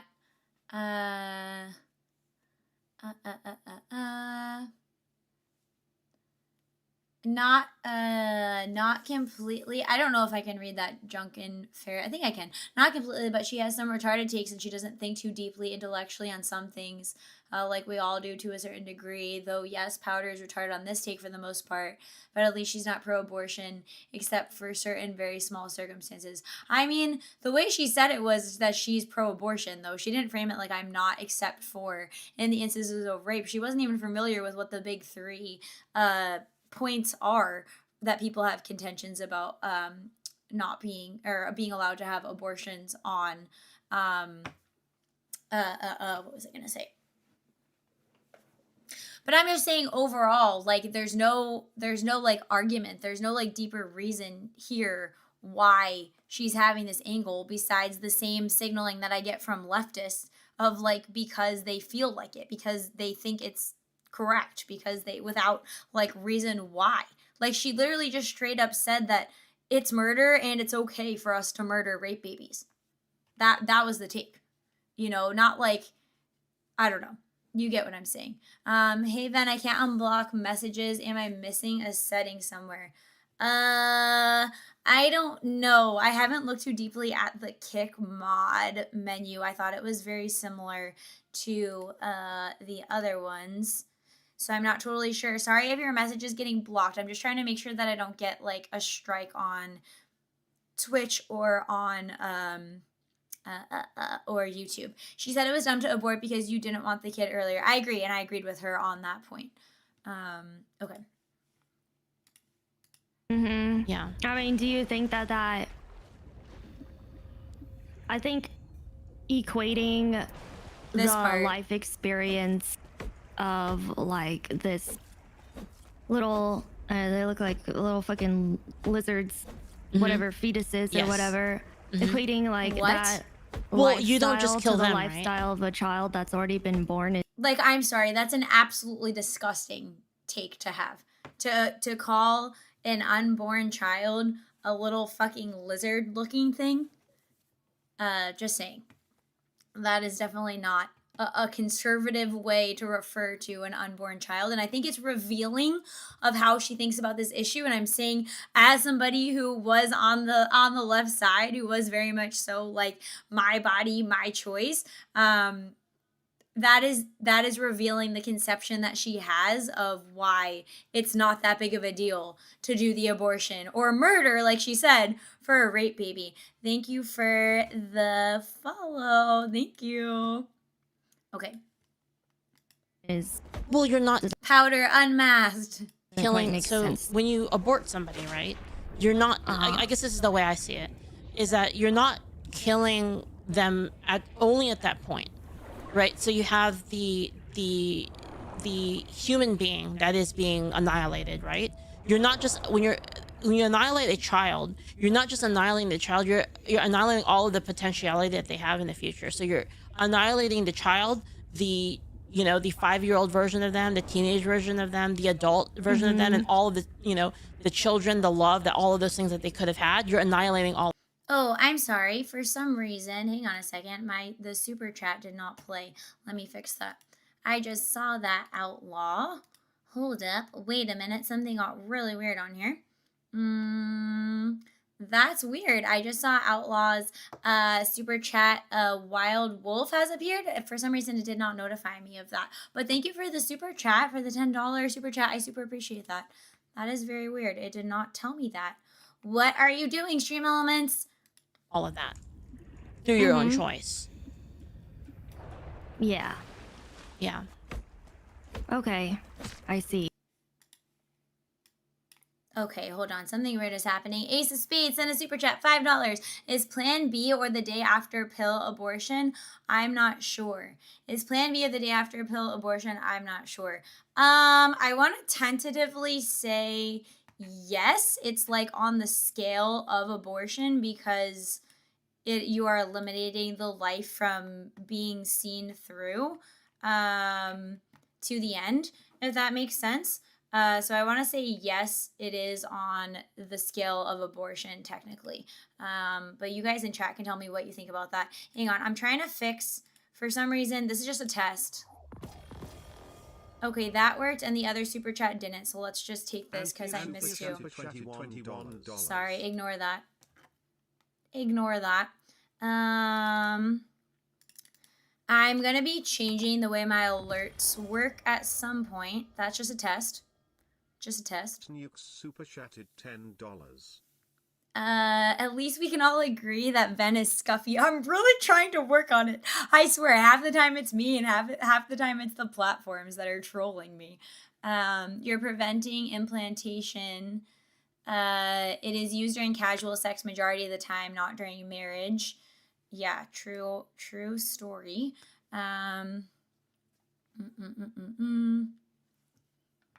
The problem with the argument for abortions to prevent suffering is that there are lots of reasons for suffering, and they aren't all biological. It can easily be extended to aborting people because they are poor or because of race reasons. That's what I was thinking too, Teddy Grizz.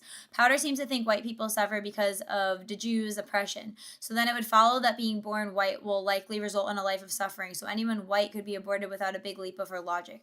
I'm sure she wouldn't like that. Yeah, I think that's the thing, is like what you say has an implication on what you think should happen and how you think the world should run. And I think that it's important that, you know, we hold people accountable for what they say, which can just be a casual thing.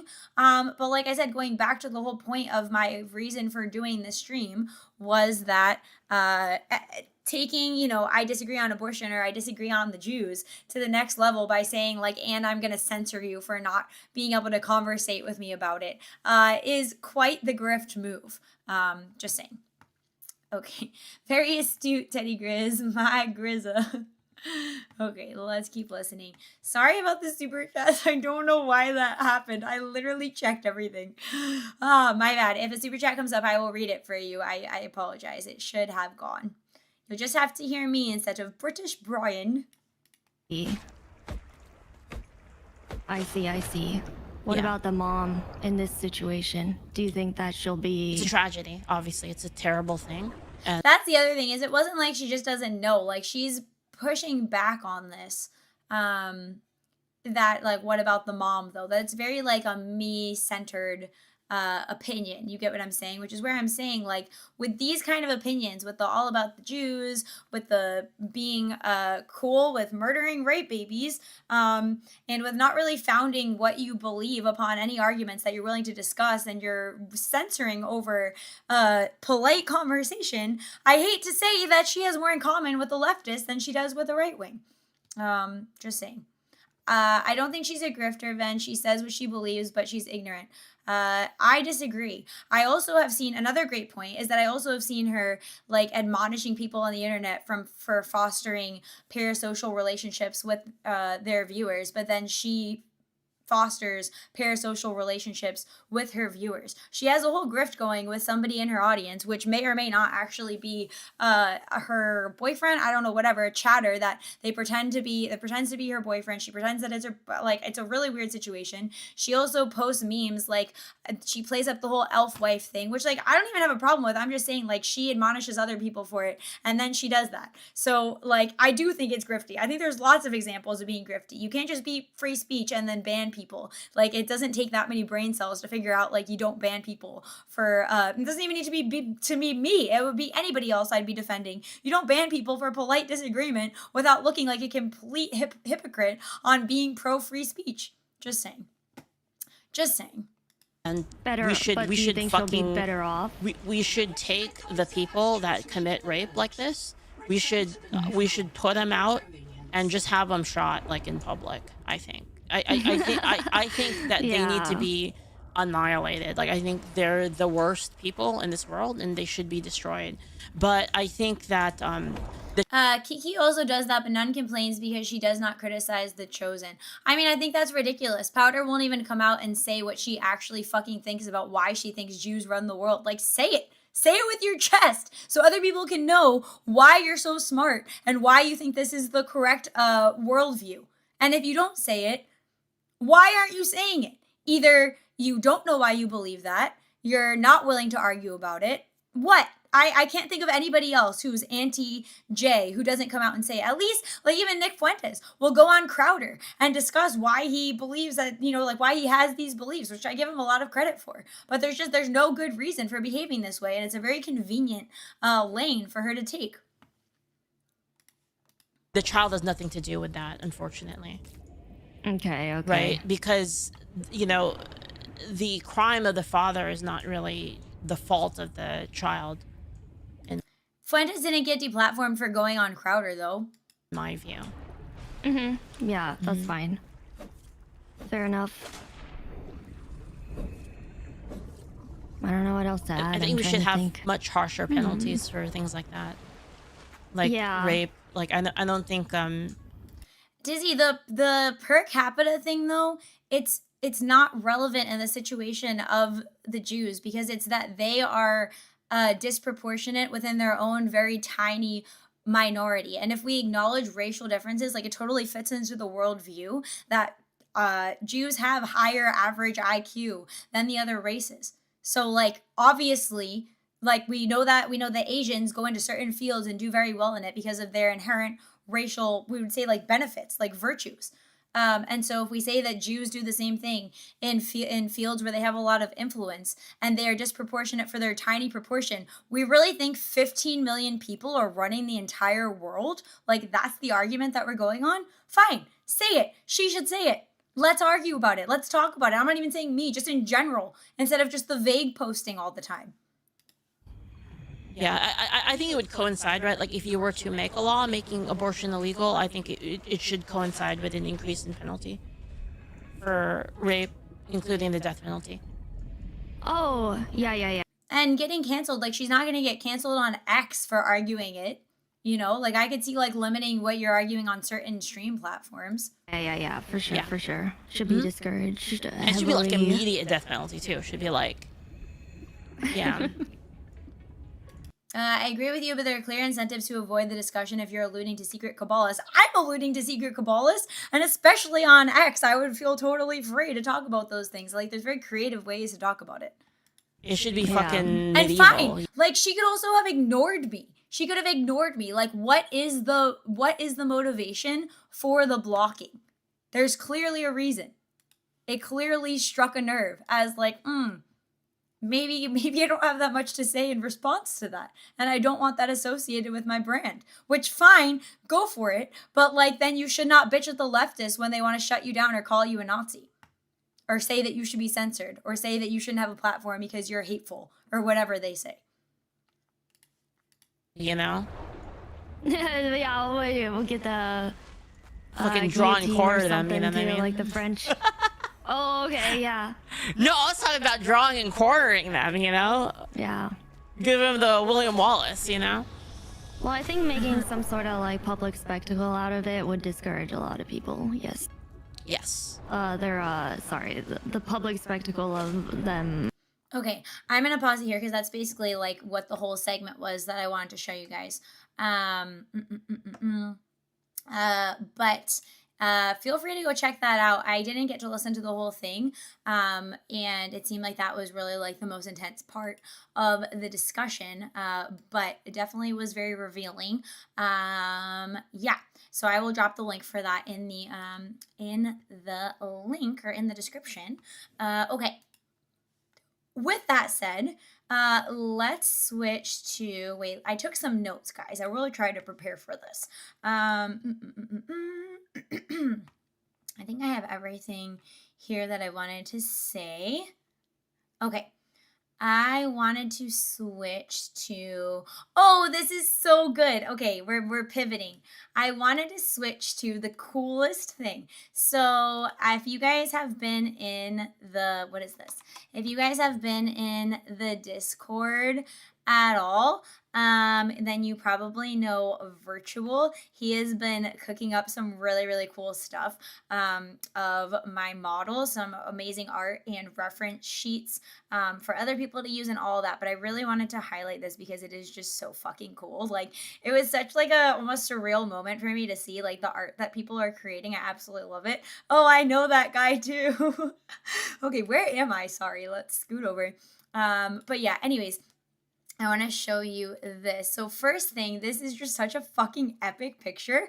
I want to show you first on the Discord though, the character sheet that Virtual has like gone back and forth with me trying to come up with and like crafting. It's really cool. And then I'll show you all of his images. So this one is like with my battle suit on, tail is in armor, whole thing bow and purple plasma weapon, just looking like badass.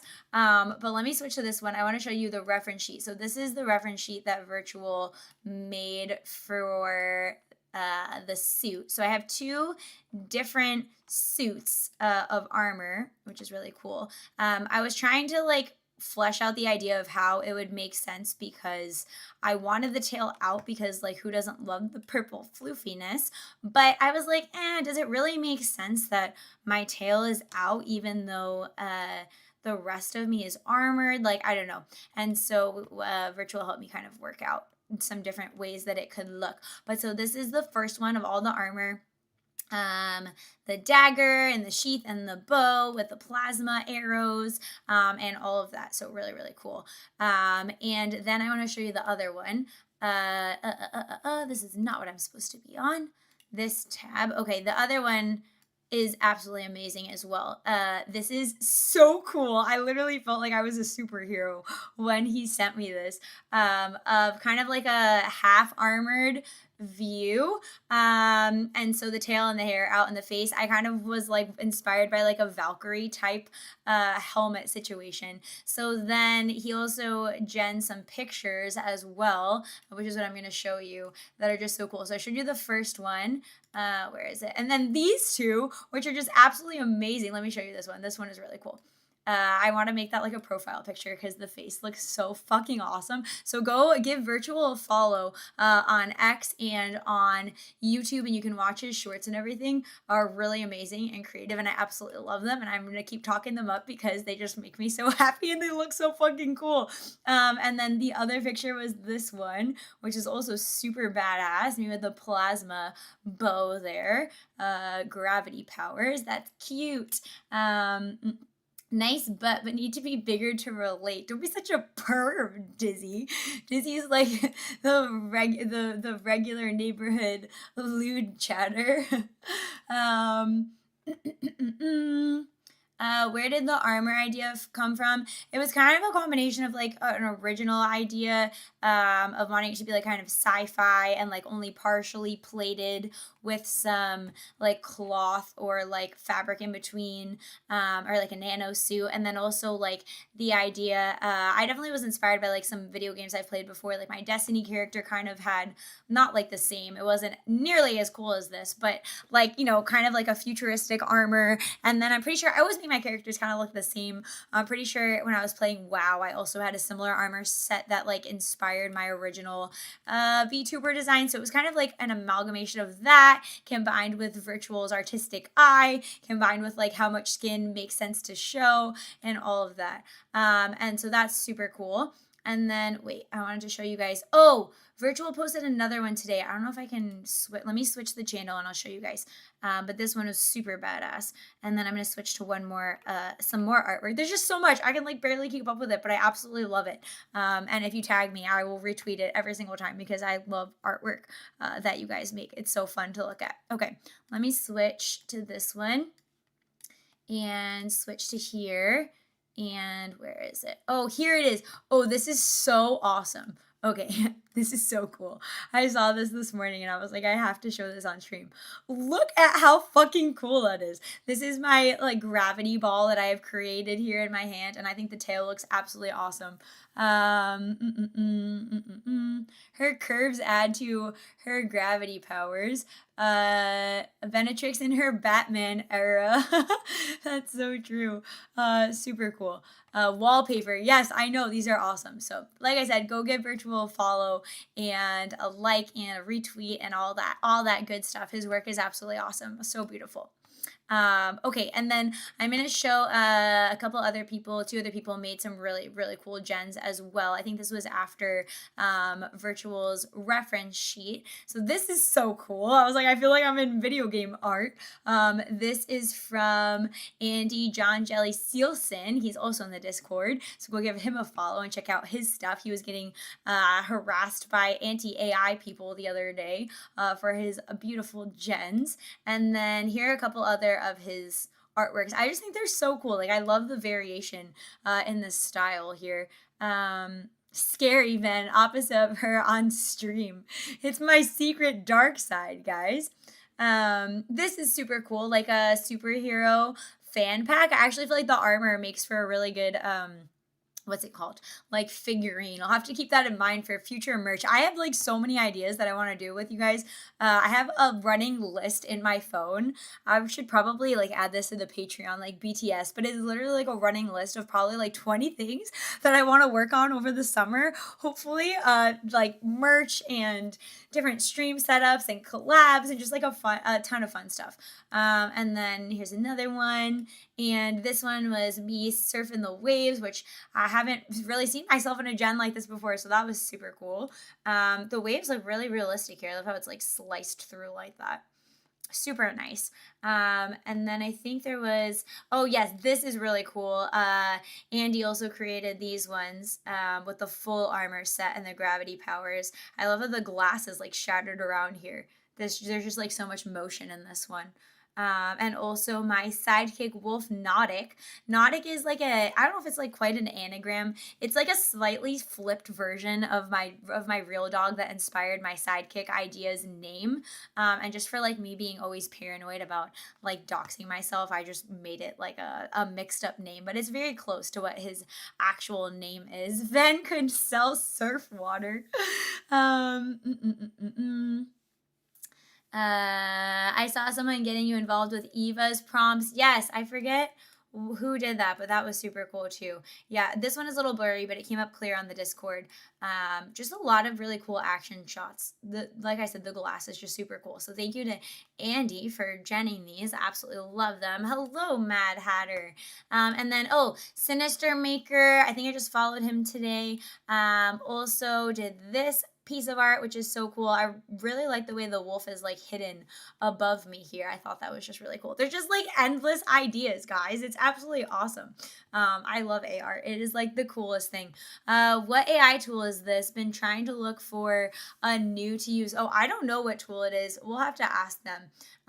So yeah, follow them, ask them what exactly they're using. I think it's a couple of different tools, but yeah, you should definitely ask them and check it out for some of their insight on how they're doing that. Okay, perfect. All right, 219 viewers. This is crazy. You guys are so encouraging. Thank you.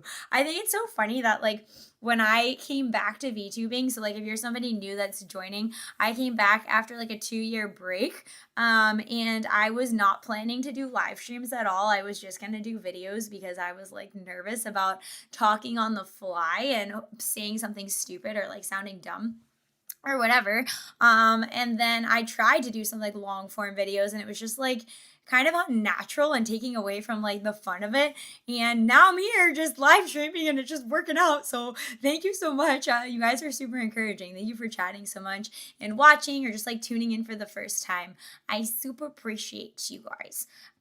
Okay, I'm going to take a super fast break really fast. And then we're going to switch to a couple other fun things that I pulled up for today. I have actually something super interesting. I'm going to talk about the dreams thing next because I went down a bit of a rabbit hole the other day with a dream TikTok that I saw and also found a Reddit and also have some pictures that I generated to show you guys. So we're going to do that after the break. Stay tuned, get a drink, grab a snack. Don't eat gummy bears. They're absolutely disgusting. Not endorsed by this channel. Okay, I will be right back. See you guys in just a second.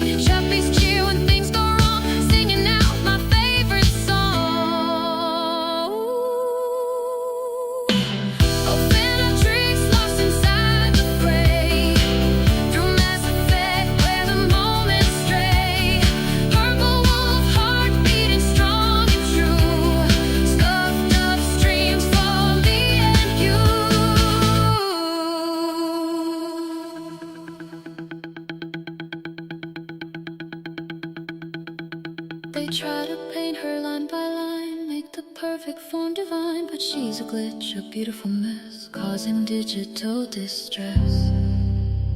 Nautic size. Yeah, Venatrix cries.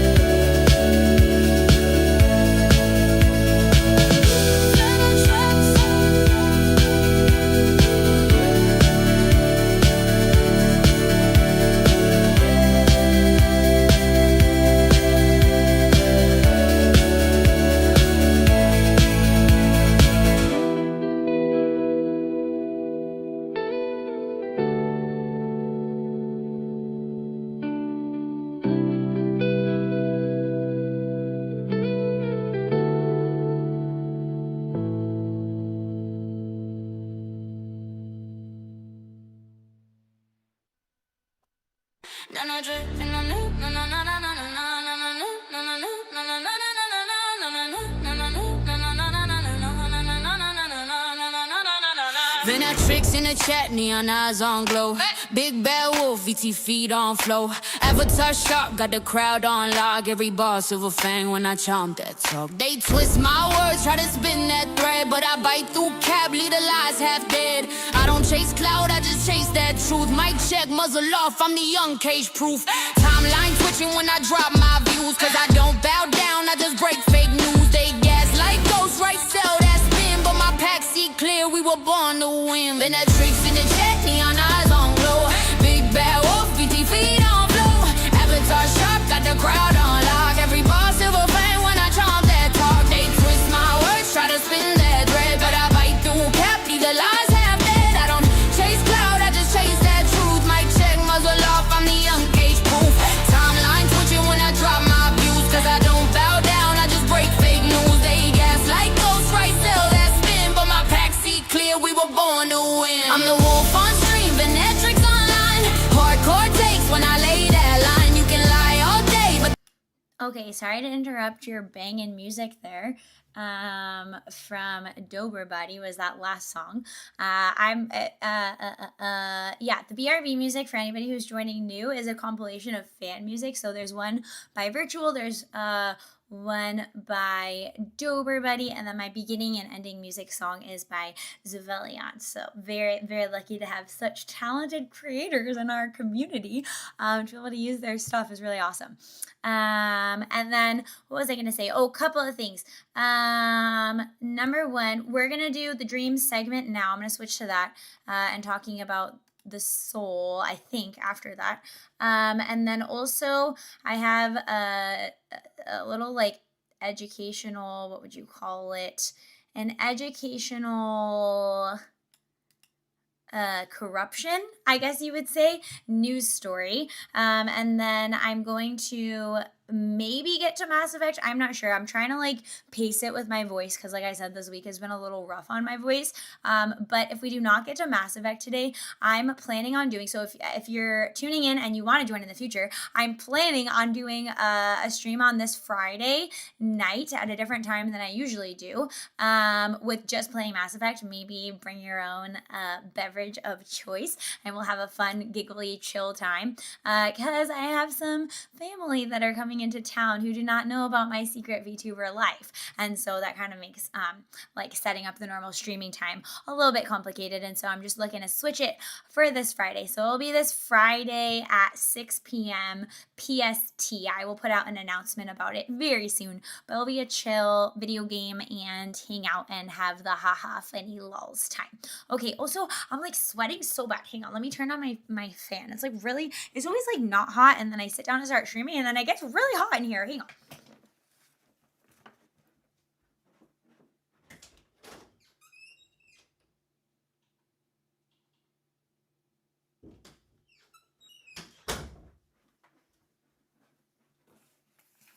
Okay, I had to activate the Wolf air conditioning system.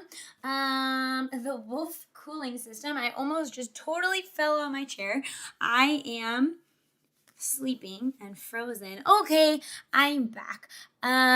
Sounds like it's time to lose some clothing. Just try to relax, Ven. Do what you must. Okay. What was I gonna say? Yeah, I think that was it. Let's switch to this. This is so cool. Well, cool and kind of creepy. I saw this TikTok the other day. I don't know if you guys have like heard of this before. I hadn't heard of it.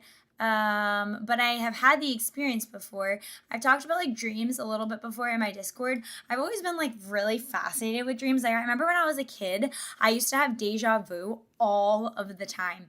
And so I should probably change my title right now, but I used to have deja vu all of the time, and I remember I was like really trying to remember, like I want to remember what it is that I'm forgetting, because when you have deja vu, it's like you remember something, but you can't remember like where you remember it from.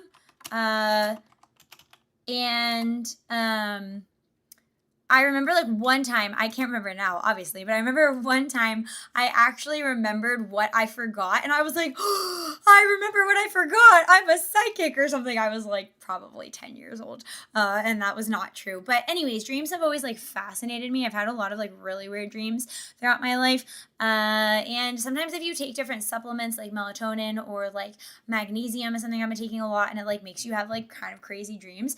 And so anyways, I feel like they're healthy for your mental health. But I happened to see this on TikTok, and it said, I saw a video about this, and I need to know, have y'all had dreams of being in an all girls bathroom that looks like this but with taller stalls? And I was like, oh, I have had this dream before. Like, I don't know if there's any girlies in chat. Maybe the guys have had this dream before too. I'm gonna play it. It's just creepy.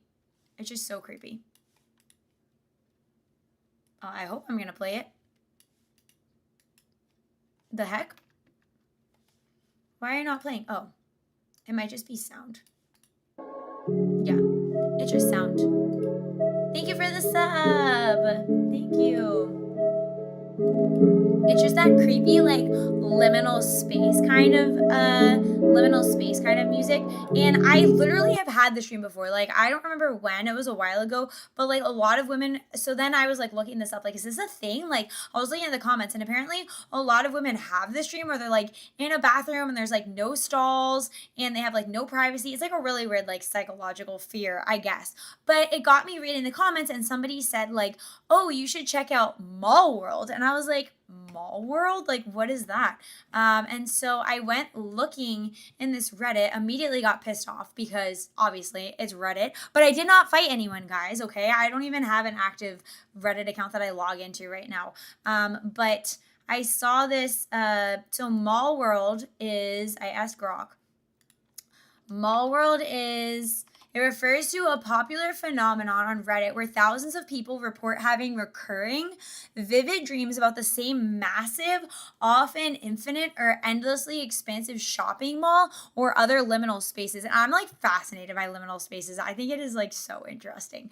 The r/Mall World Reddit is the primary community for this, blah, blah, blah. They kind of just ask each other, like, have you ever had like this dream space? And I'm so curious to ask you guys, because I had 2 dreams pretty recently, and I asked Grok to like AI gen them into looking like they actually happened, like into a real visualization, and both of them were like pretty spot on to the dreams that I've had, and I'm so curious if anybody else has had dreams like this. But anyways, when I was looking at the subreddit, I was immediately pissed off because they were like, what did they say? It was the dumbest fucking shit. They said, like, just to be clear, our sub can survive without AI imagery. Like, just describe it. Like, you don't need to be using AI imagery, blah, blah, blah, blah, blah. And then they were like, somebody else was like, it's using all the water, which is like such a dumb fucking argument, because as far as I understand, farming is using like 70% of the water, and it's like a very small proportion, and it's very localized, and companies are working on it. And like, honestly, who fucking cares if we're in an arms race with other countries on AI? We're gonna have to figure it out. Like, this is the future. So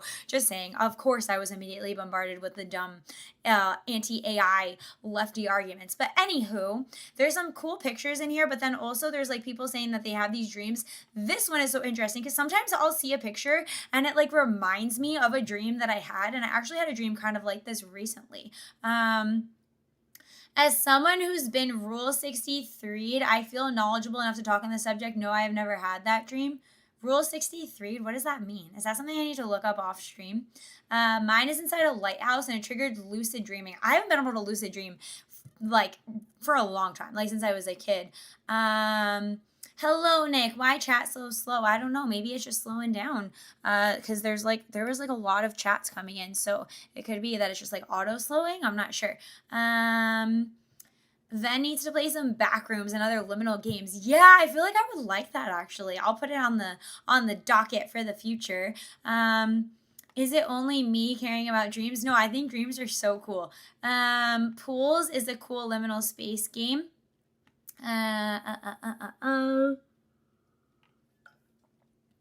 Okay, Backrooms movie did come out. I've had a stall one, but I'm struggling to say anything else, and it probably never will.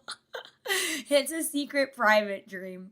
I can no longer remember my dreams like I did as a child and teen, but I think it's for better since I have always had nightmares due to chronic pain and stress. Oh, that's not cool. Rule 63 is for every gender, there is a gender swapped version of that character. Oh, I was thinking of the porn rule. I forget what that one's called, where like for every character there's porn, or whatever that one is. Okay. Anyways, I had a dream recently. It was like this in a big space, and I was like running from someone, attacking. I don't know. Not that interesting. But anyways, I thought what was interesting is I'm going to show you guys. I genned these two visuals of dreams that I have had before. Where is it? Okay. They're both videos, and I cut the sound because they just have Grok sounding like an idiot trying to like narrate what I said, which was not part of what I wanted in the prompt. And they're gonna play at the same time. But tell me if you've ever had a dream like this. Welcome to this heavenly bloom. These are the two dreams that I've had. Let the flowers guide your wonder. I had recently. Welcome to this heavenly like bloom. In this big, Let the massive flowers space, guide your and wonder. I was like stuck going between Welcome to this floors, heavenly and I bloom. couldn't get out of the Let the building that I was flowers in, guide your and it was, wonder. like, massive, like Welcome beyond to this heavenly skyscrapers, bloom. like size buildings. Let the flowers guide and your there was wonder. This one room that I opened the door into, and it was Welcome like a to this massive heavenly greenhouse. bloom. It actually kind of reminded Let the flowers me, guide your Can I wonder. turn off the audio? Oh, is the audio playing? Welcome to this heavenly bloom. It's not supposed to. Let the be playing on flowers this one. guide your Hang wonder. on. Welcome on to a this second. heavenly bloom. Oh, yeah, that's not supposed to be playing. Sorry. Let's change that. I thought that I turned off the audio on that. I actually don't really need to keep it playing. Sorry, guys. Sorry, guys. I didn't see it. Okay, it should be fixed now. I'm sorry. I didn't mean to hurt your ears. Welcome to this heavenly bloom. I know the talking is so gay. I thought that it was stopped because when I downloaded it, I thought that I did it without the audio. I'm sorry. What was I saying? Oh, I was saying I was having this dream about... I was just checking to see if you guys were awake, okay? It was totally on purpose. I had this dream where I was like stuck in this building, and all the floors had different weird rooms in it, and I was trying to get out and I couldn't. And then and then I opened the door into one room, and it was like this flower being that was like waiting over me, which was just crazy. Have you ever had a dream? Oh my god, it is that meme. I need to get that in my alert sound. Have you ever had a dream?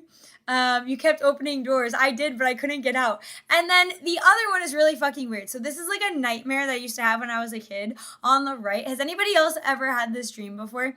It was like the sky is pitch black, and I think it's like a psychological reflection of like your hopes and your fears, because the sky is like pitch black, and there's what's it called? There's a there is a Sorry, I'm like trying to make sure I don't miss any super chats. If there's a super chat, can you yell it at me if it doesn't come up, because I feel like I'm discombobulated. Okay. That there was like these crazy gears in the sky, okay, and they were like just really big and ominous and like clanking together. And then that was like one side of the sky, and literally just looking at that was scared the crap out of me. And then the other side of the sky was like this tiny planet, which is what I prompted it. This tiny yellow planet with a little table with an umbrella where you could eat like a dum-dum lollipop. And I feel like it was like the contrast between like how good things can be and like how horrific and evil and awful and suffering they could be. That's my own psychoanalyzation, but I'm curious if anybody else has had that kind of dream before. I've had a real life liminal experience. It's your inner thought or the anti-space. This feels like Little Prince reference with a small planet. Oh, I'm not familiar with that. Only nightmares I've ever had as a kid is people I considered nice to me being really, really mean to me all the time. Oh, that's sad. Like, I've heard the teeth falling out dream. I've never had a teeth falling out dream, but I have had the dream where your teeth are really loose and you bite down and everything like shifts. The gears were in the sky or in the darkness? In the sky, but the sky was like pitch black. Like, I don't even think there were any stars. Like, in this picture, it genned it with stars, but I don't think there were any stars. I don't know. Well, I was gonna ask what you guys think dreams are. I feel like from a Christian perspective, I feel like dreams are like, they could be a couple of different things. Like, I think mostly they're just us like working out our psychological lives, you know what I mean? Like projecting that or working through it, I guess you would say, like a manifestation of our internal world. Guys, a fly just flew into my hair. What the fuck? And I don't want to say we're like creating a reality. Like, I'm not trying to sound like new agey, but I feel like in a way they're like a smaller reality than God's reality. You know what I mean? Like, it's almost like a taste of like God, like what God goes through with creating reality. Like, it's like a tiny sliver. Like, you know what I'm saying? Like, it's not the same. It's almost like a reflection or like a mirroring of that, if that, like an echo is the right word. It's a tiny echo of that, like a taste of what it could be like to create reality, but it's not, and like it's not real, and nobody in it is actually like affected. Like, you're not just creating pocket universes or anything. I don't know. I feel like that's the vibe that I get from dreams. But then again, like, you know, in the Bible, like when people have visions or things come through dreams, like I do think it's possible that you can have dreams that are actually categorically different, and they're not something that like you're generating, but they're like God coming in and like giving you, or like giving a prophet a vision. So I think it's interesting. In scientific terms, REM sleep. So you're telling us you live in a no-fly zone? Yes, this stupid fucking little fly. It was a tiny one. It just zoomed right into my forehead. Given my previous comment, it's more like quantum memory from parallel lives, which would explain why there's a black hole bias. The time-space anomalies they create make consciousness jumping easier. Human mind-sized playground.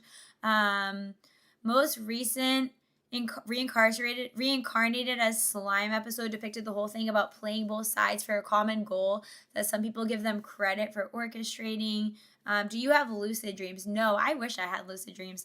I have not had a lucid dream in a long, long time. I feel like you have to be like really motivated to have a lucid dream. I don't know. Okay. What was I going to say? Let me switch to this. I found, this kind of goes hand in hand with this. Let me see where it is. This is called, I don't know, it's only 30 minutes. I don't know if we're going to watch this whole thing today, but it's called, I actually haven't watched it yet. I just thought the title looked super interesting. It's called, Is the Soul Real? Neuroscience's Surprising Answer. I think we're going to start this and we'll see how it goes.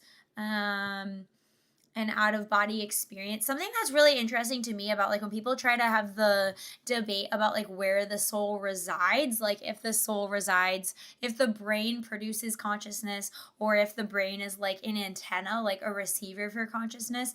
Something that was super convincing to me is I remember reading a long time ago about people that were like essentially clinically brain dead, but they did an experiment, and feel free to go look this up. I don't remember the specifics. It was a while ago. But they did an experiment where they had the people, they talked at the people that were brain dead and asked them to like visualize moving through their house, and they read their brain waves, and then they saw activity on somebody who was like technically pronounced as a vegetable. And for me, that was like, well, then where the fuck is that coming from? If they're technically brain dead, but there's consciousness happening, like, and that they're able to respond to that. But so just saying, the way I view it is that the brain is like an antenna, like a receiver for consciousness, and that's the soul, and that's why the soul can survive after bodily death. That's basically what I think. Basically, I agree with you for the most part. Oh, I'm sorry. I think you were responding to somebody else, Drunken Ferret. Oh, I'm seeing some interesting chats from Dizzy Lizzy. Okay, anyways, let's give this a listen. I think it'll be interesting based on the title. Is the soul real? Neuroscience's surprising answer. What is the soul, and is the soul immortal? I very strongly believe Sorry, I that have this to is make a it louder. question for neuroscience. That is, it's obviously there are theological answers to this, and there are philosophical. Oh, I hope I don't get like, you know what's been bugging me lately is when I watch a video, like I watched that robot video last week about the robot girlfriends, and then I got like a copyright thing, like not a strike, but like a warning where you have to go in and basically clip out the audio. And it was a song that they were using. So they used it in their video and that was allowed, but then I listened to the video of them and then I got a warning for it. Like I hear that happens a lot. The whole copyright thing is absolute bullshit. I feel like you should be able to like purchase a subscription or like purchase being able to use cool songs. Like I feel like just like people that are anti-AI, the whole copyright thing is just such a killer of creativity. You know how many times I'm driving to work like listening to a song in the car and I'm like, oh my God, this would be like such a good short. I have such a creative vision for this. And I'm like, fuck, I can't use it because it's actually a popular song and there's no way for me to like reasonably pay for it to use and have that be like okay, which I think is absolutely crazy. I'm super against that. Just a side rant on music and copyright. I guess big companies that use music pay like a lot, I'm assuming, for commercial usage. But I even hear commercial usage where they're using like a cover. I wonder if that's to avoid that. Just saying. I think the bubble will burst soon, so it's best to enjoy this stuff while it lasts. Wait, to enjoy what? Okay. The copyright crap is baseless. Okay, well, hopefully this isn't like a song that we're not supposed to be listening to. What is the soul, and is the soul immortal? I very strongly believe that this is a question for neuroscience. That is, it's obviously there are theological answers to this, and there are philosophical answers to this. Hold on one second. I just need to fix my headphones. Okay. But neuroscience also addresses these issues.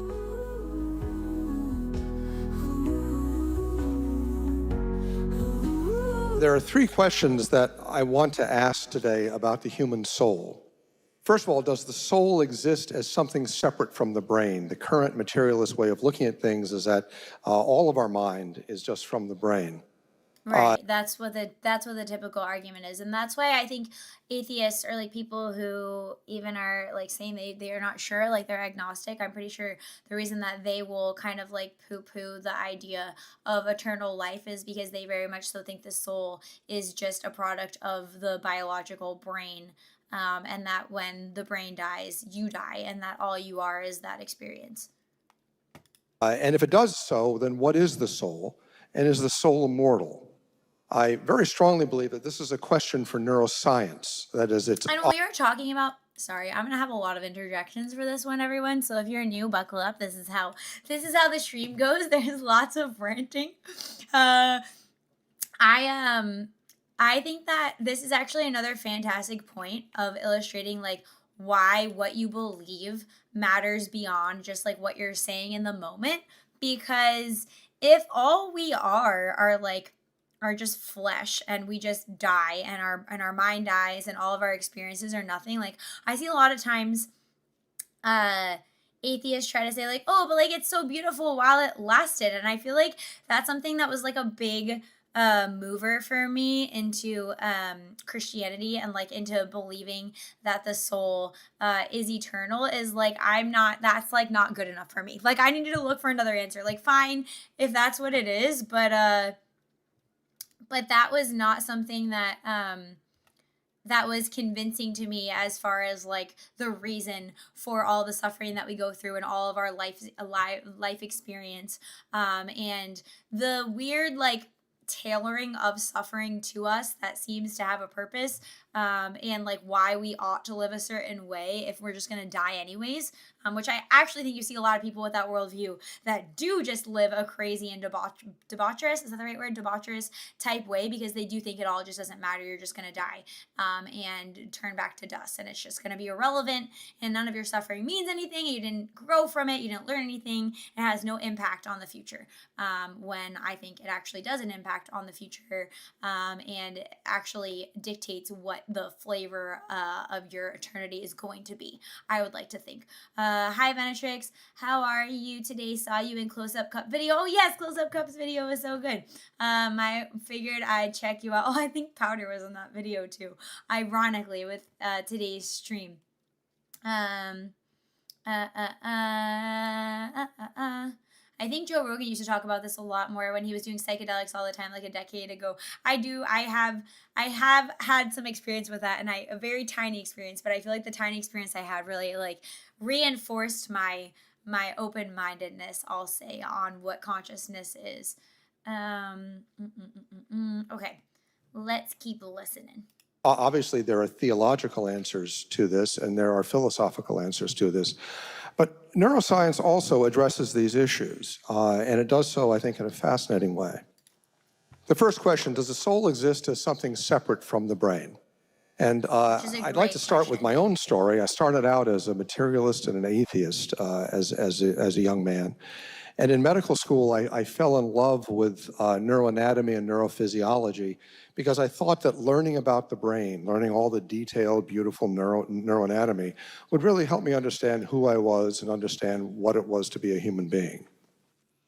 I trained in neurosurgery at the University of Miami and have been at Stony Brook on faculty there since 1991. And I've done about 7,000 brain operations. And I've learned a fair... Also, I don't know if you guys have noticed this, but there's also like this really big bias, not this guy, but that a lot of people, I feel like in medicine and science have, as far as like being very like not open to alternate explanations for everything that can be measured, or like for alternate explanations beyond everything that can be measured. And for me, it's always like, dude, we don't even know like what's in the bottom of the ocean. Like, what if we're only measuring what we can actually see, and we can't see what's beyond that? But just because we can't see it doesn't mean that there's nothing there. Like, that's where I kind of like to go into that speculation, because I think that there's good reason to ask those questions. Amount in not only academically, but just in personal experience as to how the brain works and how the mind relates to the brain. I saw a number of things over my career that made me question the traditional materialist way of understanding how the brain works. The patients I'm going to show you here are real people. I've changed their names, but they're very real people. The picture on, I guess it would be which side, on your left is an MRI of the brain of a young lady, and the black there is spinal fluid. Oh, also, quick side note, something that I watch sometimes, which is very fascinating. If you ever go on YouTube, you can look up like childhood development videos where they'll have like babies with their parents from like the 80s that they would do like ethical experiments with just like toys and stuff like that. And if you're ever like looking to just be like amazed at how humans develop, it's actually insane watching like these very controlled kind of circumstances for babies' consciousness and like their decision making, and just a side plug, super interesting. Sometimes I watch those. Okay, let's keep listening. The brain is the gray stuff there. She's missing about 2/3 of her brain. That's the way she was born. The image alongside of it is a normal brain for comparison. When she was a young baby, we scanned her and found this, and we were rather pessimistic with her family about her chances of having a normal life. She grew up a completely normal person. She was on the honor roll in high school. If you met her today, you'd say, oh, she's a bright young lady. She's perfectly fine. Wait, but what was missing wrong with 2/3 her? of her brain. Oh, wow. What the heck? Did they say why she was missing 2/3 of her brain? I might have missed that. You guys are being very chatty today. I very much so like it, but I'm trying to read like 3 conversations at the same time. Very goldfish brain today. This is a little boy named Joshua. He was born missing also about 2/3 of his brain. And he, is that, again, that black space there is just water. Wow. He was, Sorry, we'll go back on topic. No, don't apologize. I absolutely love it. I'm glad you guys are engaged. I'm just laughing at myself because I should just be focusing, but I'm so interested. Yeah, definitely don't apologize or cater your chats to me. I want you to be able to talk freely. evaluated by the ethics committee at my hospital, and they recommended that he not be fed when he was born. What? Because he was in such terrible shape that it'd be better if he passed away. Bro, this worldview is so fucking persistent. Like this idea that we ought to not even try when there's something wrong with somebody at birth. We rescinded that order and fed him, Holy and shit. he's now graduating from high school, perfectly normal young man. Oh my God, that's the other thing. Like, you never know, like, what's going to happen with somebody's genetic defect, you know? Like, obviously, anybody would say, okay, well, it's obvious that that's something that isn't great and we would have preferred didn't happen. Thank you for the follow, Blue Dragon. But to just assume that we know, like, how that's going to turn out is insane. Did you guys hear that time? I feel like I'm all messed up on my audio right now. Let's try this. Okay, let me know if you can hear this okay. Plays sports. He's a great kid. Maggie is a young lady who was in a gifted program when she was young. She's a brilliant young woman, missing most of her cerebellum and part of the central regions of her brain. Heck. She has had to have some surgery to take care of fluid pressure there, but she's done very well. She has a master's degree in English literature, and she's a published musician. Nicholas is a little boy who's quite handicapped. He has cerebral palsy, and he's missing both hemispheres of his brain. The only part of his brain he has is his brainstem. That's crazy. He is handicapped. He can't speak. He can't walk, but he's fully conscious. He's kind of funny. He laughs. He cries. He's an emotionally a normal person, even though he is handicapped. Even though he's missing his entire brain hemispheres. Holy shit. So it raises the question, it sounds like a really strange question. Life is a miracle. We are not the ones to sentence the innocent to death for our own moral, quote-unquote, values. Welcome to chat, Stella Cross. But as you see, it's not so strange. Is the brain the organ of the mind? You know, the heart's the organ of circulation, the kidneys are the organ of making urine. But is the brain completely the organ of the mind? I don't think Clearly, so. in some ways, it is. I mean, I think it definitely interacts with consciousness. Like, this is kind of hard to phrase. I think the brain definitely has an effect on consciousness, but I think ultimately, like, the life force, like the awareness, I should say, the awareness, like looking out your eyes, I believe is beyond the brain. That's something that is transmitted into the brain and interacts with the brain like a computer, I think. But in other ways, it may not be. This question was first addressed by Wilder Penfield, who's a neurosurgeon. Conduit, that's a great word. Worked in Montreal in the mid-20th century. Probably the greatest scientist in the neurosurgical profession. And he was the pioneer in epilepsy surgery. And he would do awake brain surgery, meaning that patients during the brain surgery would be fully awake with local anesthesia, so they felt no pain. I've heard of that before. And he would stimulate their brain to map the surface of their brain to remove foci of epilepsy. And he's devoted his career to studying epilepsy. And he asked a fascinating question. He said, why are there no intellectual seizures? When people have seizures, if they remain conscious during the seizures, they do one of 4 things. They'll have uncontrollable movements. Right. Their arm will shake. They can have sensations like tingling on their skin. They can have emotions, powerful fear or laughter or joy. And they can have memories. You can have a seizure where you get this recurrent memory. I've never witnessed anybody having a seizure. I would imagine that's kind of scary, though. But nobody ever has a calculus seizure. That's weird. Nobody ever has a mathematics seizure where you can't stop doing long division. That's actually a really weird point. I never thought of that before. And Penfield said, that's really odd. If you can evoke all these other things, why can't you evoke abstract thought, reasoning, theology, philosophy, thinking about God? That doesn't happen from seizures. And he said the most reasonable explanation is that that aspect of the mind isn't from the brain. What? That's interesting. I've literally never thought of that part before. I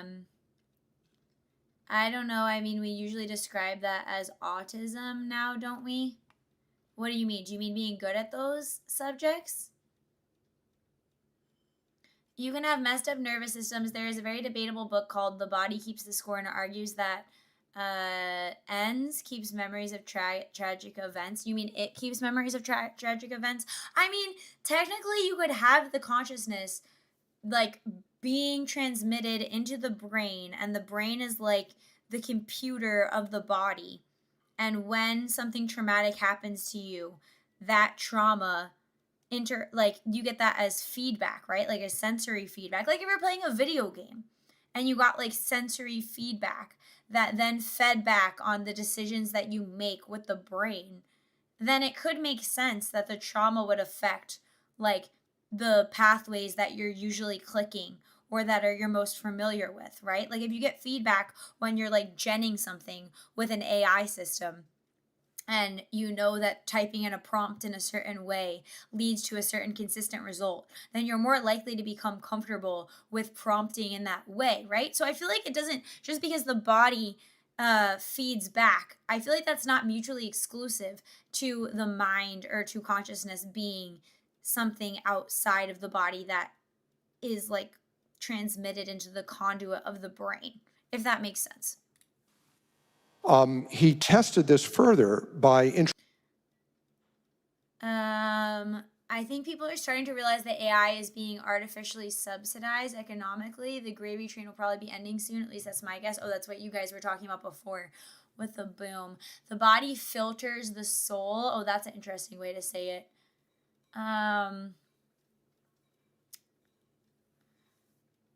It argues you can be functional as a self, but you're still carrying childhood trauma in the nervous system. I think that sounds accurate to me. I mean, that's why it's so hard to like undo habits, right? What would you give dreams then years down the road you feel like you dreamed them? What would you, if you had dreams, but then years down the road you feel like you dreamed them? Snake Scott, is that what you're saying? Intraoperatively with awake patients, stimulating the surface of their brain to map the brain, just like you would map a city, and to find out where different things were located on the brain, again, so we could protect them in removing epileptic foci. But he couldn't find any kind of abstract thought centers in the brain. There's a movement center, there's a sensation center, there's a visual center, there's a hearing center, there are emotional centers, there are memory centers.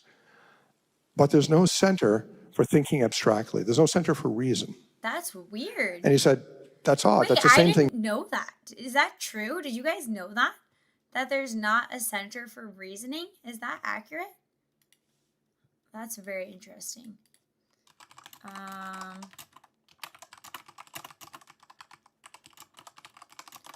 just looking something up real quick on my other tab. The What I Learned channel has a good argument against the book if you get interested in that topic. I was just asking Grok just to compare. For the record, I think a lot of people also use AI, and like it's easy to fall into the trap of like using it like to think for you as far as like just to come to your conclusions. But I do think it can be helpful to use AI if you're like critically thinking about the answers that it puts out and the way that you're asking questions, and you're kind of using it as like a super Google like aggregate of information. So just throwing that out there, because I've seen some weird stuff. I saw a video yesterday. It was like a guy who made a really dumb decision to like not tell a court system that he was going to have an AI generated version of him interacting with the judge or something, and they were like really mad about that. So I feel like some people are getting a little brain rotted on that. But you can use this Socrates like the Socratic method with it. Yeah, that's right. Anyways, Grok seemed to think, no, the brain does not have a single neatly mapped center for reasoning. It's distributed across networks.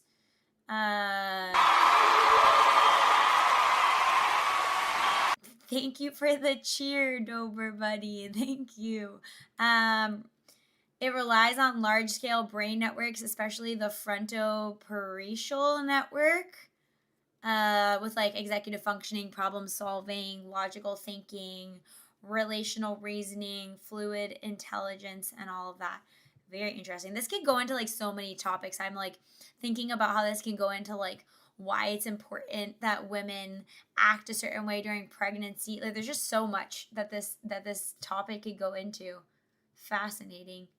A UCL study in 2025 did find that damage to the right frontal lobe significantly impairs logical reasoning and problem solving, which suggests that the right frontal lobe is especially critical, though not the only area. Yeah, I mean, like I said, to me, it's not contradictory. I was just curious because what this guy was saying about the mapping brain. it. There's a movement center, there's a sensation center, there's a visual center, there's a hearing center, there are emotional centers, there are memory centers. But there's no center for thinking abstractly. There's no center for reason. And he said, that's odd. That's the same thing that he found with looking at the kinds of seizures that happen. Some of the most interesting work along this line has been done by Roger Sperry and his colleagues. Sperry won the Nobel Prize for this work. Hold on. Back in the mid-20s. Dover Buddy said, update on the Potato Crusader. He did a pun on Hassan, Subpoena, Vena, Victory Dance. Oh, yes, I actually subscribed to the Potato Crusader. I saw a really funny video that he did on Hassan and Asmongold. And the last part of the video ended with Asmongold in like a really funny pose as a woman. I did subscribe to him. He's very funny. 20th century. Is there a Leering Center? Operation was developed for people who would have a seizure in one hemisphere of the brain that would spread to the other hemisphere. And these were catastrophic seizures that were very difficult to control. So what Sperry, an operation that was developed, not by Sperry, but by others, was to cut the brain in half, essentially, so that if a seizure started in one half of the brain, it couldn't spread to the other half, and that made the seizures much easier to control and much milder. And it was called a corpus callosum. I just think the biggest thing is, like, I just think it's important that we continue acting like we don't know things. Like, I saw a news article this morning, or like a headline, saying like some guy quietly found out that he didn't need the 13 years of like chemotherapy that he had. Like, we're constantly finding things out that completely invalidate our certainty and humble us. And I just feel like especially the medical field is like not aboard that train. Like, everybody stereotypically is like very stuck up as far as like, I know this is real, it's true, and there is only one traditional or like conventional way, and any thought outside of that is just like woo-woo bullshit. And I'm not saying literally every person, but I just feel like this applies to so many things, and like maybe that's just like humans like getting ahead of themselves, but I don't think that that's across society. I feel like there's certain fields where it's really like that, but it's just important that we keep asking questions, which is why, like, I will also say it's very funny to me when people got like triggered by me saying that I was like, thought that it was wrong that Powdur banned me. Like, why do you care so much? Like, why do you care so much? Like, this is the internet. We're just having a conversation about it. Like, calm down. We still do that surgery today.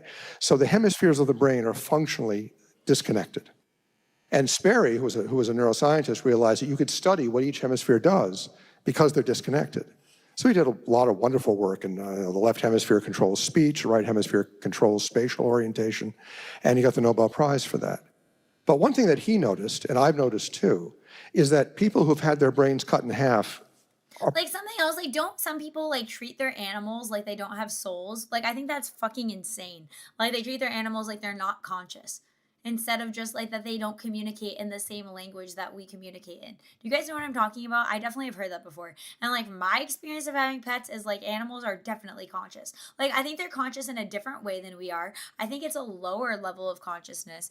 But I don't know, that seems crazy to me. Like, if you ever actually try to interact with an animal consciously, like, I feel like I've had conscious interactions with flies. Like, that stupid one that just flew into my head. No, but like, for real, you know what I mean?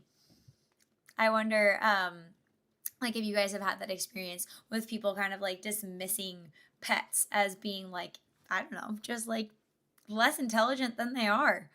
Science always changes, and we always delve in the world of science.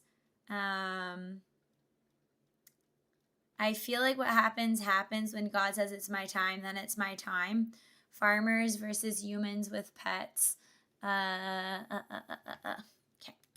Pretty normal people.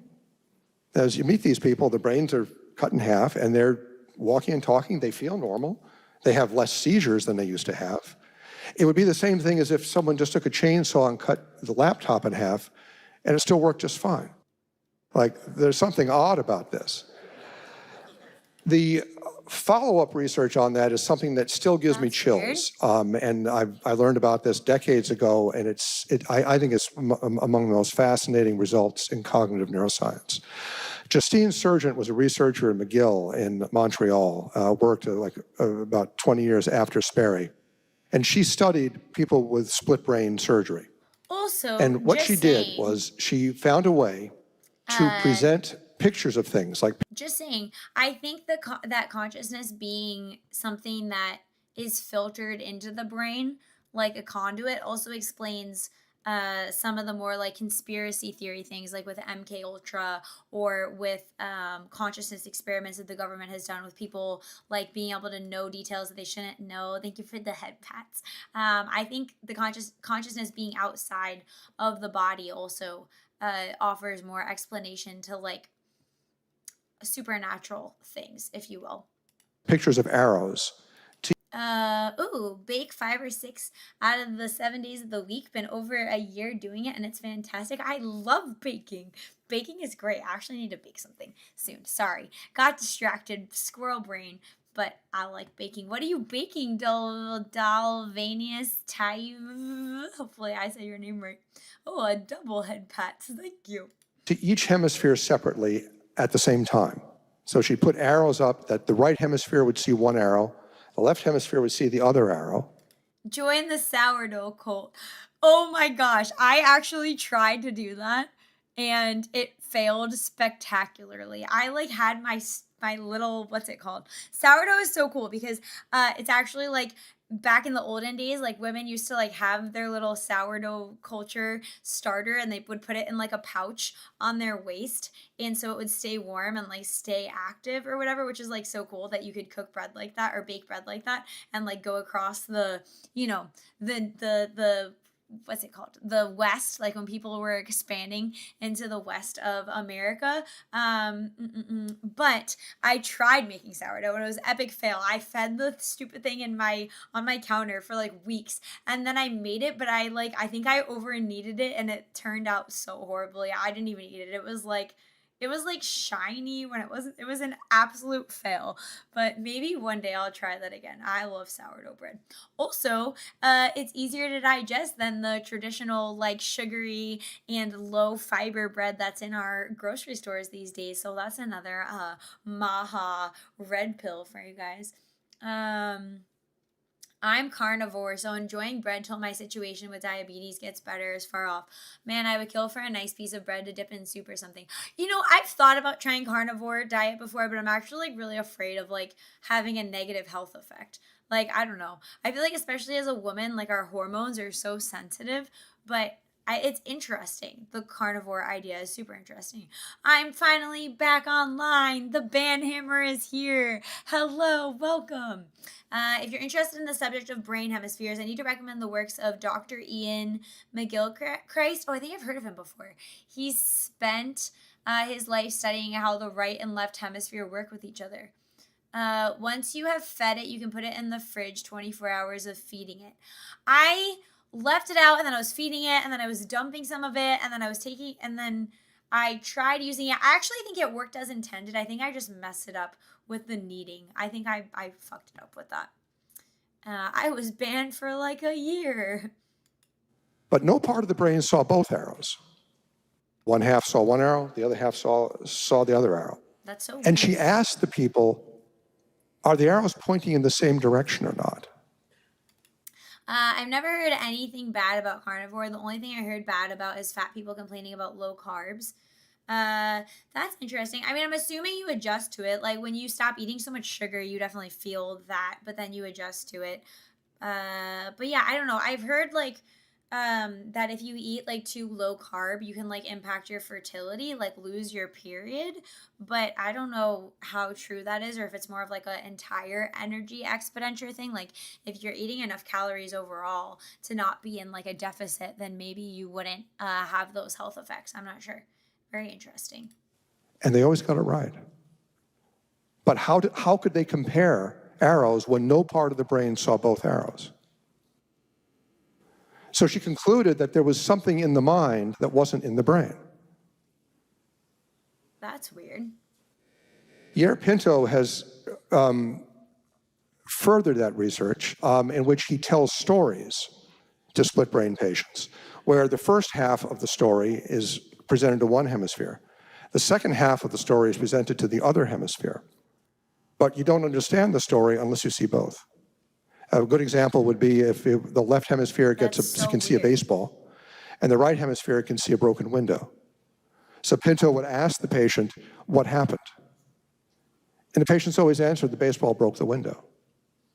But no part of the brain saw both the baseball and the window. Dude, that's actually crazy. So this is in somebody with like a split brain hemisphere surgery where the two sides of the brain are not physically communicating, but they're able to connect the two sides of the story together? That's so interesting. I wonder how they did this experiment. Maybe they said it and I missed it. So there's something in the mind that's not in the brain. Weird. Wilder Penfield also studied free will. And he did a very interesting study. During these awake brain operations, he would stimulate the surface of a patient's brain, and if you stimulate the right place, you can make them do things, like make them raise their arm. That's kind of creepy. He would ask them during the surgery to occasionally raise their arm themselves without him stimulating them. And you can't feel your brain. Your brain has no sensory things, and the patients are under surgical drapes, so they can't see what he's... Oh, you can't feel, like, if something is poking your brain? I've always worried or, like, wondered about that with Neuralink. Like, could you feel the little pokey thing on your brain? ...doing. And he would ask them, when your arm goes up, I would actually ask if they can confirm there are no signals between hemispheres, since we know the brain can do weird things like reconnect itself. Yeah, that's a good question. ...you to tell me whether you did it or whether I did it. And they always got it right. What? Hundreds of thousands of trials of this in 1,100 patients. No one ever missed it. No one ever got it wrong. That's fascinating. And he concluded then that he couldn't find any place in the brain that simulated free will. That free will wasn't in the brain. That you could always tell, this is my will.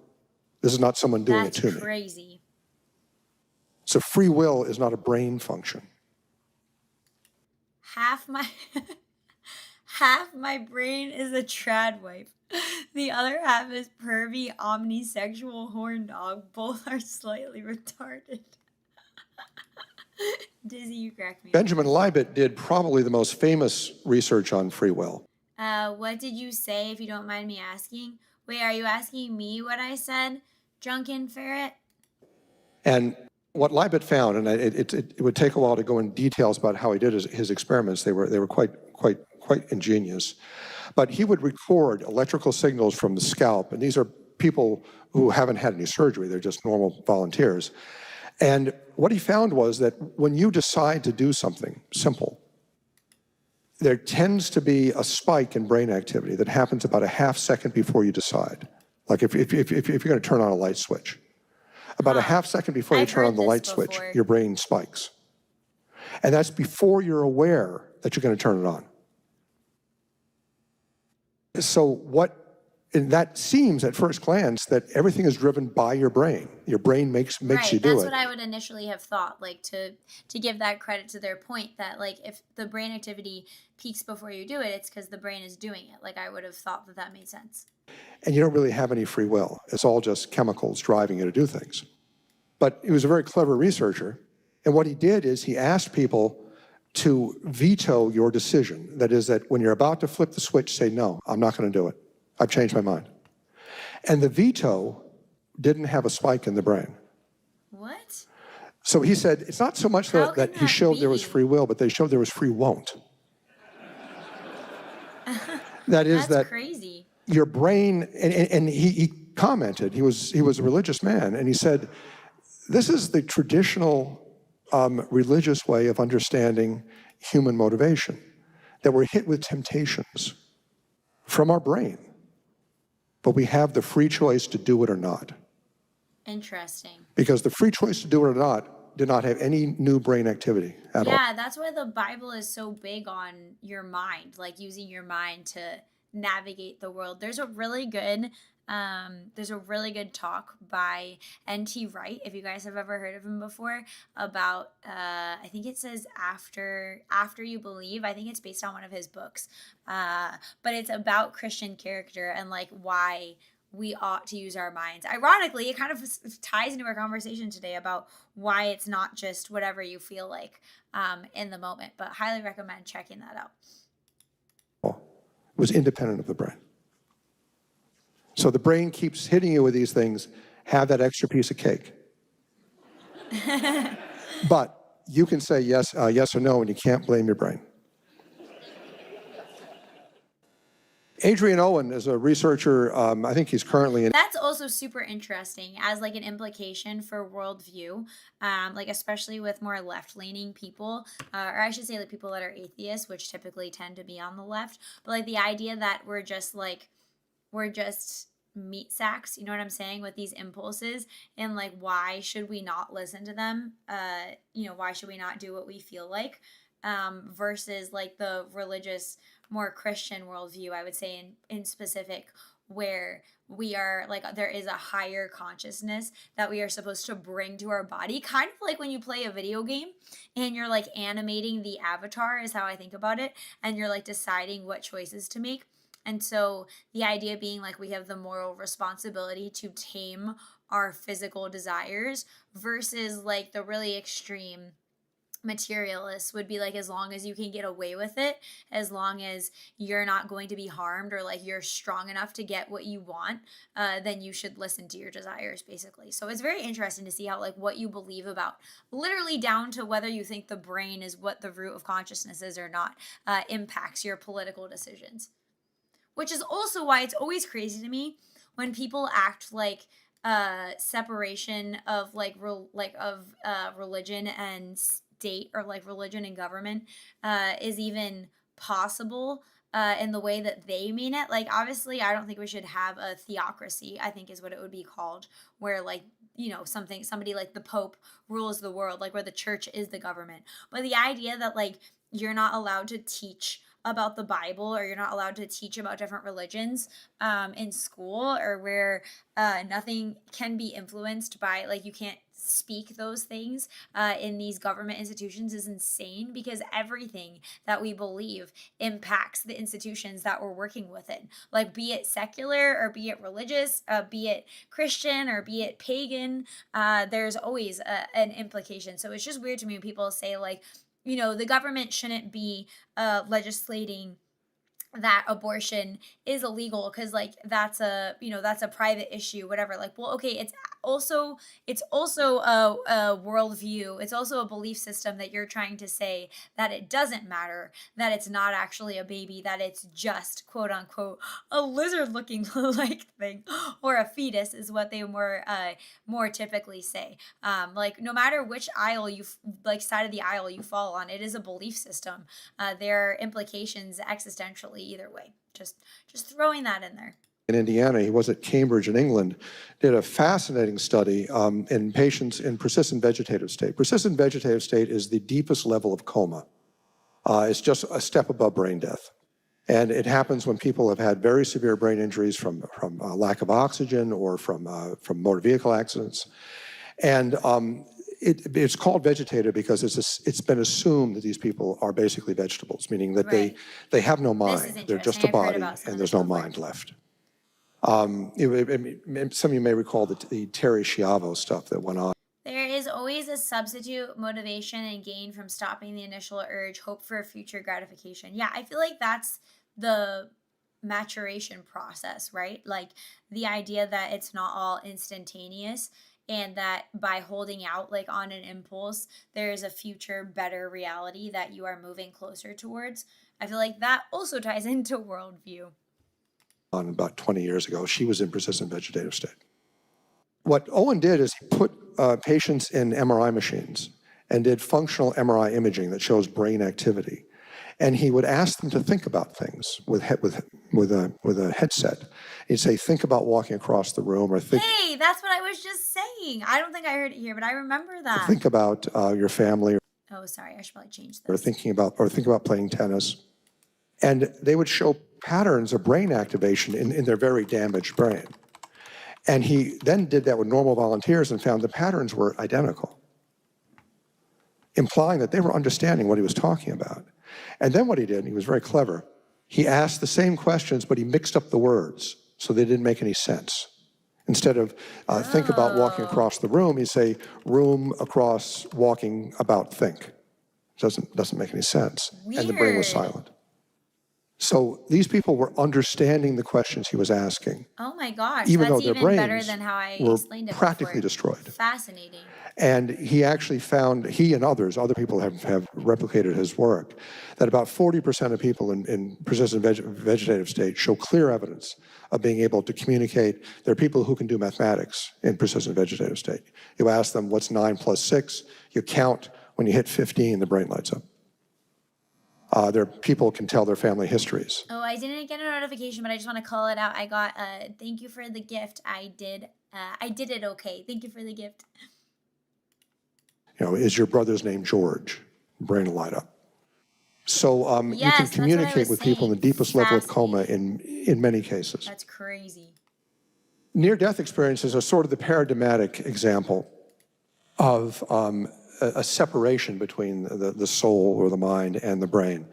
And while some near-death experiences may be not genuine, Near-death experiences are also they fascinating. may be hallucinations or whatever, there's no doubt that there is a real PSA to Kick Chat. Kick mods are not able to manually allow chats blocked by Automod. If you're trying to say something that shouldn't be censored, ask me to say it for you and I will happily do so. Oh, I put on like the lowest level of censorship on Kick because I wanted the chats to show on screen. So sorry, we don't live in a totally free speech platform world yet. core of real experiences. They're probably about 20% of near-death experiences are veridical, meaning they can be checked. The person knows things that occurred when they were dead. Yes. They Things that know went on things that inside they shouldn't know. Like, it's not like we can't know that. the room, etc. The probably most famous near-death experience was Pam Reynolds, who was an aneurysm patient, operated on in 1991. And in order to safely operate on the aneurysm, her surgeon had to stop her heart after cooling her body down to about 50 degrees Fahrenheit. Whoa, that's scary. And that gave him about 30 minutes to fix the aneurysm. He drained all the blood out of her brain, fixed the aneurysm, and then rewarmed her and started her heart again. And she survived and did very well, actually. She said that in the recovery That's so room, she said, you know, I watched the operation. What? I said, what? You know, you were brain dead. You couldn't possibly watch the operation. So she said that as soon as her brain went dead, she popped out of her body, floated up to the ceiling, watched the surgery. She said that her vision was amazingly accurate, and it was a beautiful scene. That's interesting because I can say my birth rate on Cinesphere and Leon's chat and the dreaded Arsler, so maybe there's other settings. I think maybe they don't have their auto mod at all on. I have it on like the lowest setting that I could. Maybe it's not on at all. And then she told him what he talked about during the surgery. She told him what the instruments looked like. And what music was playing in the room during the surgery. Like, how do you make that up? And things like this have happened a number of times. So in my view, there's no question that some near-death experiences are very real. The other thing that for me is very convincing is that people have surveyed the literature, and there are thousands of examples of this in the literature, where people go down a tunnel and they see loved ones and relatives at the other end of the tunnel. That before. Nobody in the medical literature who's had a near-death experience has ever seen a living person at the other end of the tunnel. That's interesting. It's not like you kind of want your mother and your mother's still alive and you see her at the other end of the tunnel. Only dead people are at the other end of the tunnel, including people that... Have you guys ever had that experience, like a dream of seeing like a dead loved one? Or like a near-death experience? Whoops. I have not. There are a number of examples of people who were in car accidents where someone not like in that context of like an NDE. in the car died. And they didn't know the person died because they were They probably put her on ketamine. That's why they stopped giving it to adults. Only children and animals get it now because so many outer body experiences. That's interesting. I feel like there's an interesting interaction between drugs and consciousness too. Like that different drugs like that, like put your consciousness into different places that maybe are also kind of real. Like, you know, psychedelics, but also like laughing gas. Like I feel like ketamine. There's other ones too. Fascinating. Thought we talk about dreams. We were talking about dreams before this, and then we led into the soul. But I guess it's kind of connected, in a way. They say they have it at the lowest settings, and their mods agree. That's weird. Okay, I'll have to check it after this. But I'm 99% sure I checked off the lowest setting, so maybe there's something extra in there that I'm missing. Maybe I can do like loud words, drunken ferret. Maybe that's what I'm missing. I believe stuff like this. Okay. critically injured also, and they saw that person on the other side of the tunnel, but not people in the car who didn't die. Weird. Everybody asked about Phineas Last time Gage. I was on nitrous oxide, I was like, yeah, I want to go out like this. Wait, is nitrous oxide laughing gas? Because I think I've had the same experience, if that's true. Phineas Gage was a gentleman who, in a It's been censoring retard on Kick. Well, hang on a second. Let me check something really fast. Oh, sorry, hold on. I'm listening to myself double right now. Oh, sorry, hold on. I'm listening to myself double right now. Stop. It's on Kick. Hang on. Stop. Yeah, we're all listening to me 5 times. Hang on a second. Yeah, we're all listening to me. Let me double check that again. That's laughing gas. Blarg just got done in the garden. Watched the first at 2 times. Really disappointed in Powdur. Granted, I'm only familiar with her through SCU. Okay, wait, let me see. Hang on. Please pause for technical updates. Don't forget to put your seatbelt on. Okay, what if I go here and my mod setting, AI moderation says minimal. Banned words say none. That's dumb. Okay, I don't want to mess with it now because I don't want to like get something that's on the screen on YouTube and Twitch. I will do some research into this though. Thank you for the feedback. Okay, let's keep going. work accident in the 19th Guys, I have another really funny video. Well, I don't know if it's going to be funny, but it probably will be funny after this. century had an iron It's fine. We can filter ourselves. spike that was driven through his brain. And his personality yeah, I changed. remember this guy, He was a Phineas. religious, Phineas upstanding man Cage. before this. And after this, he wasn't too bad a guy, but he kind of lived the high life a little bit. And people say, well, doesn't that prove that the brain completely controls the mind? And it doesn't. Gage's emotional state changed. Right. But there's no evidence that there was any change in his mathematics or reason or things like that. So Weird. obviously, Is if you that have true? brain injury, you can have changes in the way you behave. But that doesn't mean that every aspect of the mind comes from the brain. What's up, Ven? This will be a nice study break. Oh, hello, MFB. Welcome. A question that is being asked, particularly nowadays with AI, is the mind a kind of computation? And no, it's not. Wait, does Ven have a Rumble? Yes, I do. Get over there. I have a Rumble too. I'm everywhere. It's not a kind of I computation. was nowhere and now I'm everywhere. I'm on every platform, streaming 24/7. No, I'm just kidding. That's actually crazy how people do that. They're 24/7 or they're 24-hour subathon. I know they take breaks and stuff, but hats off to them. That's crazy. For a very simple reason. Everything in your mind is pointed at something. It has a meaning to it. All right? When you think, you always think about something. You can think about Dallas. You can think about a laptop. Think about your family. But nothing in computation has any aboutness to it. That is, a word processing program, doesn't care I ate half of Lake Michigan's fauna, yet I still crave candy, but will reach singularity before this weekend ends. That kind of happens to me though. I feel like when I don't eat enough carbs, then I crave sugar.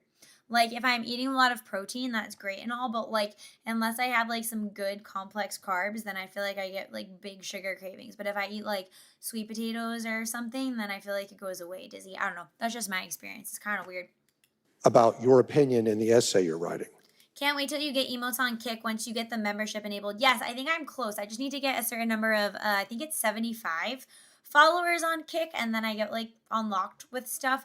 And then also I saw something super interesting, if it's true, on X today, that they're going to be doing potentially tier 2 and tier 3 subs can send gifts in Twitch chat. I think is something that's coming. I'm not sure. I have to keep an eye on that though. You can write a pro essay and a con essay, it doesn't matter.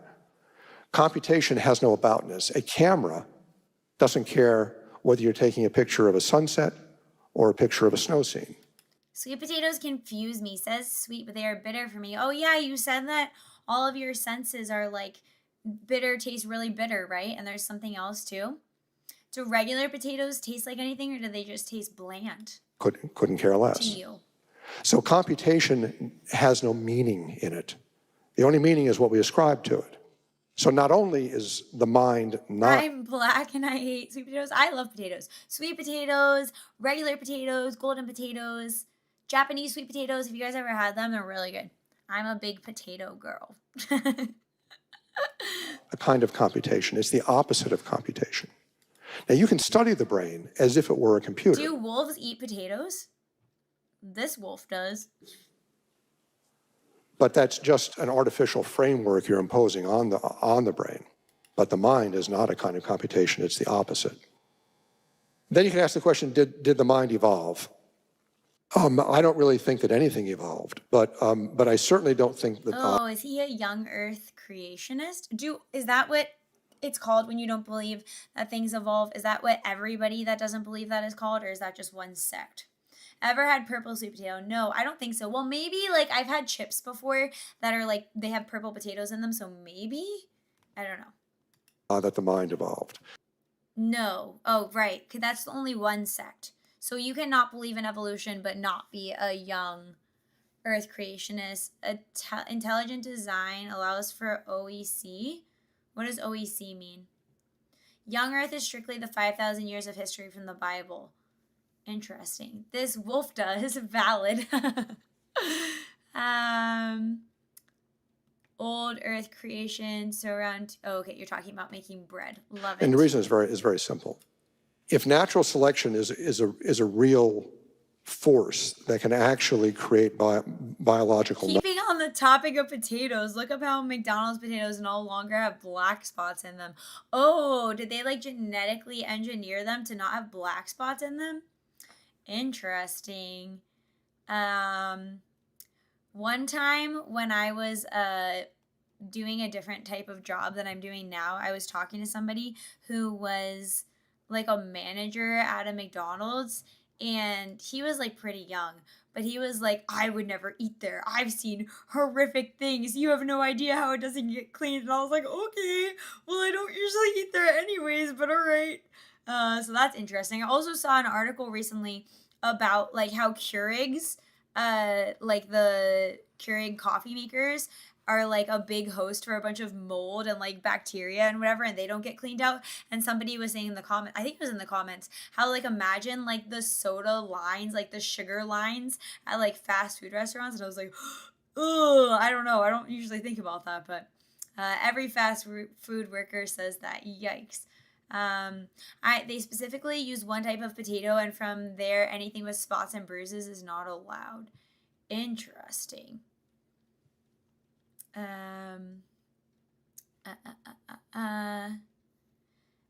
Mickey D fries go with ice cream. Too bad the ice cream machine is always broken. It's true. Soda machines are gross as hell. Ugh. Yucky. Ew. Novelty, which I don't believe for the most part that it can. It can only work on physical things. And at least part of the mind, as we've seen repeatedly, is not physical. So you can't evolve something that isn't inherent to matter.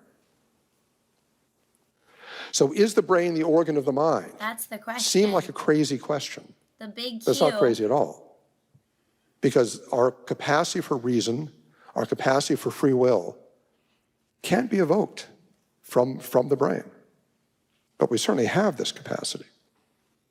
Guys, this is like the best thing ever, like talking about if the soul is in the brain or not, and then just randomly being like, that's the Frosty with the Wendy fries. Like, yeah, absolutely, I totally agree. And then back to talking about the deep parts of the soul. And So the I brain. think the most reasonable great. scientific conclusion. Does Ven kill spiders? Sometimes. I hate killing spiders. It's actually, I fucking hate it. One time when I was a kid, there was a spider. I think it was in my sandal. Like, I was like pretty young, and my mom flushed it, but it didn't go down the toilet. And I went to go to the bathroom, and it was climbing up the side. It wasn't that big, but I felt traumatized from that. And I absolutely hate when spiders are meaty. It's like, oh, I don't want to touch that. Disgusting.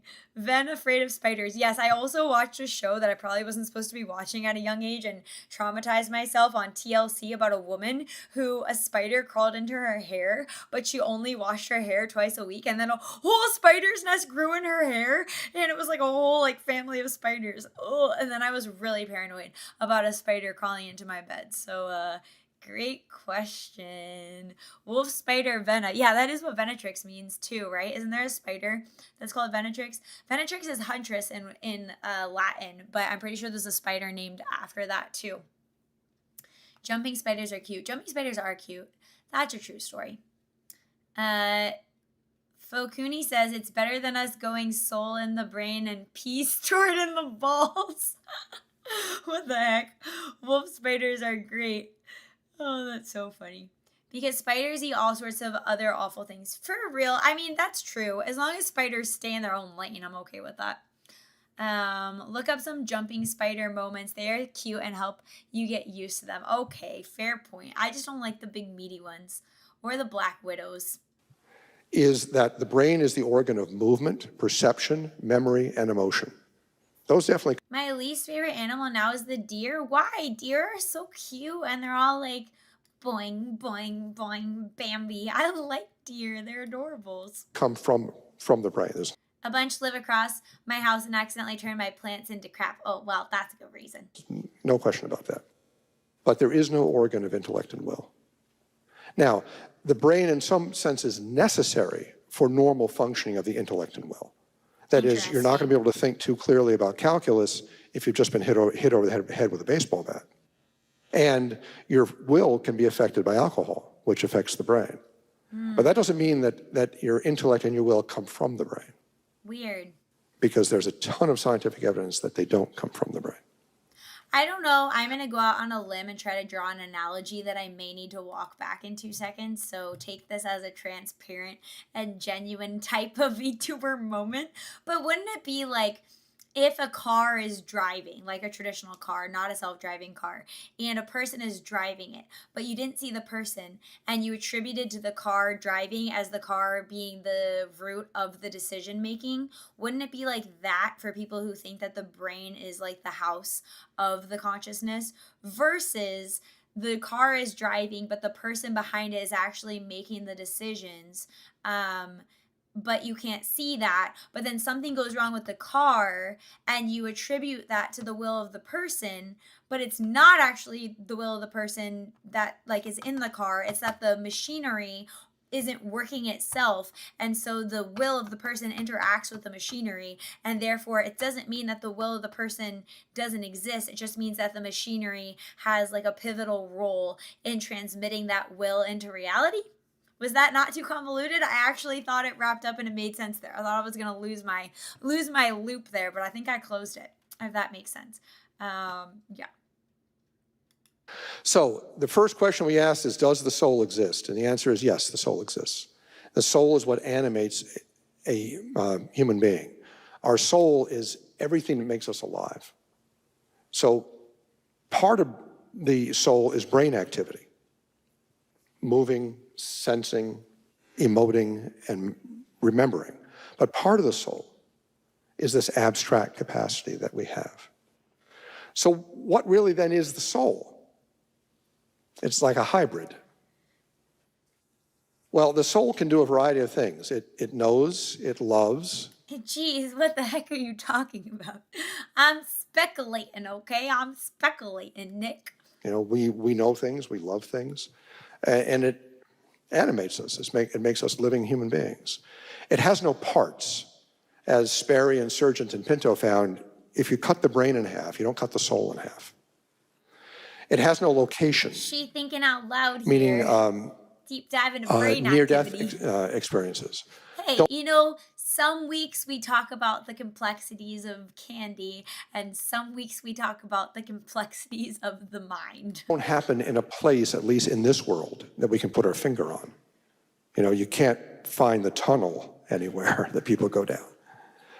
Soul is not in time. Near-death experiences are timeless, in a sense. That is weird. And the soul abides, meaning it exists even after death. And it can even exist with severe brain injury. So the soul is a spirit. And our spirit is our soul. We are the only living creatures whose souls are spirits.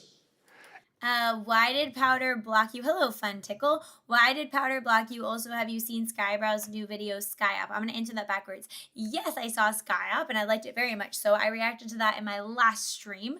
And Powdur blocked me. You can check out the tweet on my X if you want the exact phrasing, but essentially it was the second time I interacted with her, asking politely, I will say objectively politely, for her to either make some arguments about why she's so anti-Jew, or to walk back those opinions if she doesn't have an argument. Asked her nicely if she would, or said that I would like to see that, I should say, and she blocked me.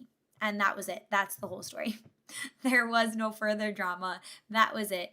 Just being free speech for her, but not for thee, I suppose. Animals have souls, even plants have souls, but their souls are entirely material.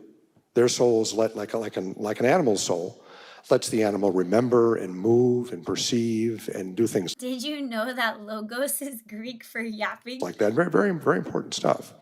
But animals don't do calculus. Animals don't think about God. Animals don't even have free will.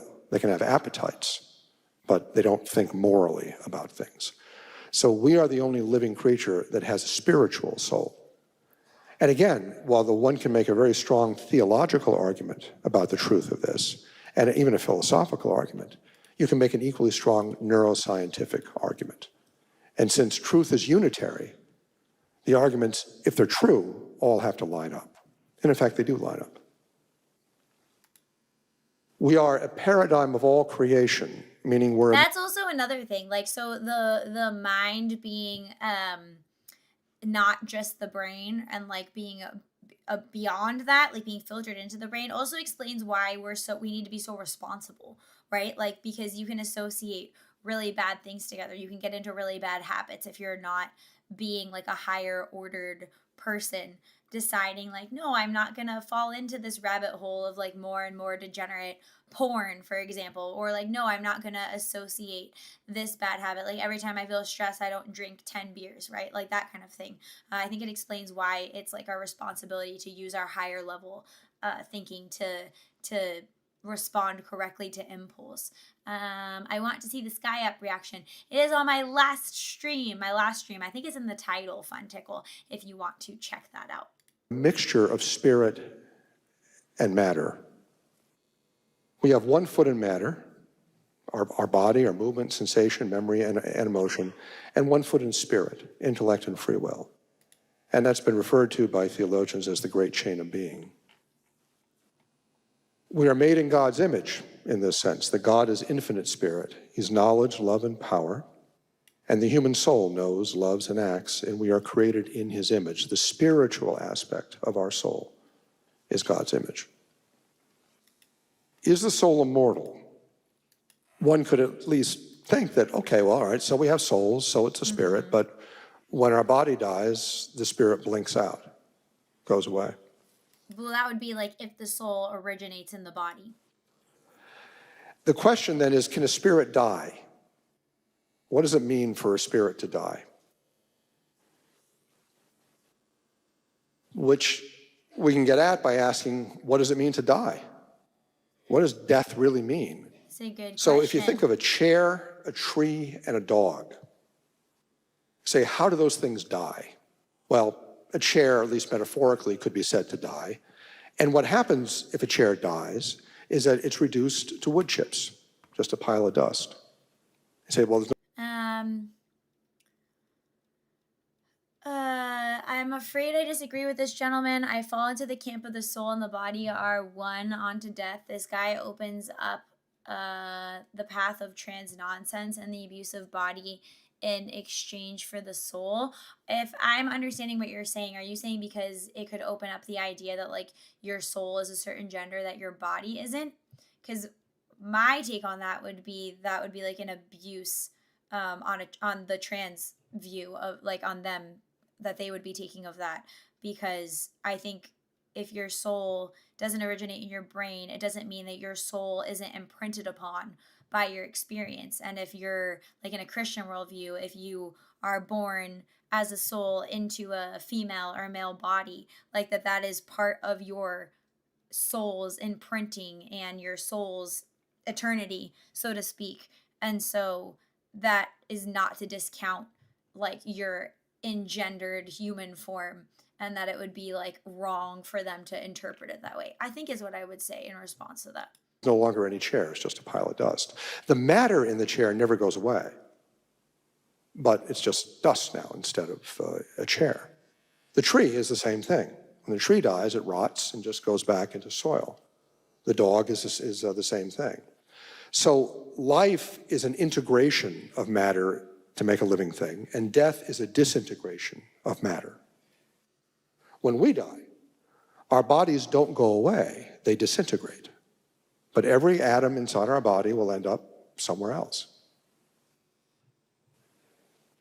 So the physical body can disintegrate. Souls are anchored to the body as long as the body is alive. Like hauntings, the spirit soul has to anchor itself to a physical place or item. Soul, mind, body dualism is the traditional Christian view, though it isn't heretical to believe the body and soul are inextricable. Strong disagree here. Puppers have more soul than 99% of the population. I think that the body and soul are tied together in this life, so what happens to the body will affect the spirit soul and vice versa. I think I agree with that, Mythical Wombat. I do agree with but that. can a soul, a spiritual soul, disintegrate? And to get a feeling for the answer to that question, think about the number 8. There are two ways that the number 8 can be represented. One is written down on a piece of paper, and the other is conceptually, thinking about the number 8. Well, certainly the number 8 written on a piece of paper can disintegrate if you put the paper in fire and burn it. It just becomes a pile of ash. So in that sense, the number 8 can die, can disintegrate if it's material. But the number 8 conceptually, one might say the spiritual number 8, can't die. Interesting. You're not going to hear from a mathematics department at the local university that the number 8 Also, passed 4 away plus yesterday. 4. And so now we have to count from 6, 7, 9, 10. Right? So I will not do the meme, okay? numbers don't die. Abstract things don't die, and spirits don't die. Matter disintegrates. Spirits can't disintegrate. And note that this immortality is natural. Of course, it comes from God, but we are naturally immortal. That is, it's in our nature that our spirit cannot disintegrate and cannot die. That. Your spiritual soul has no off switch. Your body has an off switch, but not your soul. And the soul is immortal. One question that has utterly fascinated me for many years, and I've thought about it philosophically, theologically, et cetera, and it's bothered me a little bit. When people have near-death experiences, they report beautiful scenes. They say the colors are just breathtaking. I don't think I've heard that and before. their vision is like nothing they've ever experienced on Earth. Come on, Ben, to the meme. Devilish. Okay, 6, 7. And, you know, and I'm a scientist of sorts. And I say, well, how can you see? I would also not be surprised if some leftist BS tried to kill a number, kind of like they did the 2 + 2 = 5 stupidity. Well, to be fair, I feel like they do kind of do that with things, you know, because I feel like a big thing that's happened with like the leftist worldview is like vanity sizing. Have you guys ever heard of that before? Where women's sizes in stores have been completely like crazily changed, where like an extra small will be like massively oversized for an actually extra small sized woman, and it's because they're trying to like make people feel better by like playing with the size numbers and having, you know, an extra large not mean like what it's supposed to mean, and a small fitting an extra large person. Just like I feel like they do play with that. See without eyes. You know, we're talking about a spiritual soul. Spiritual souls are neat things, but they don't have eyes. You know, in the resurrection they'll have eyes, but you're in that intermediate state. So how do you see anything? And Thomas Aquinas That's regarded. addressed this question almost 1,000 years ago, and he gave kind of an analogy.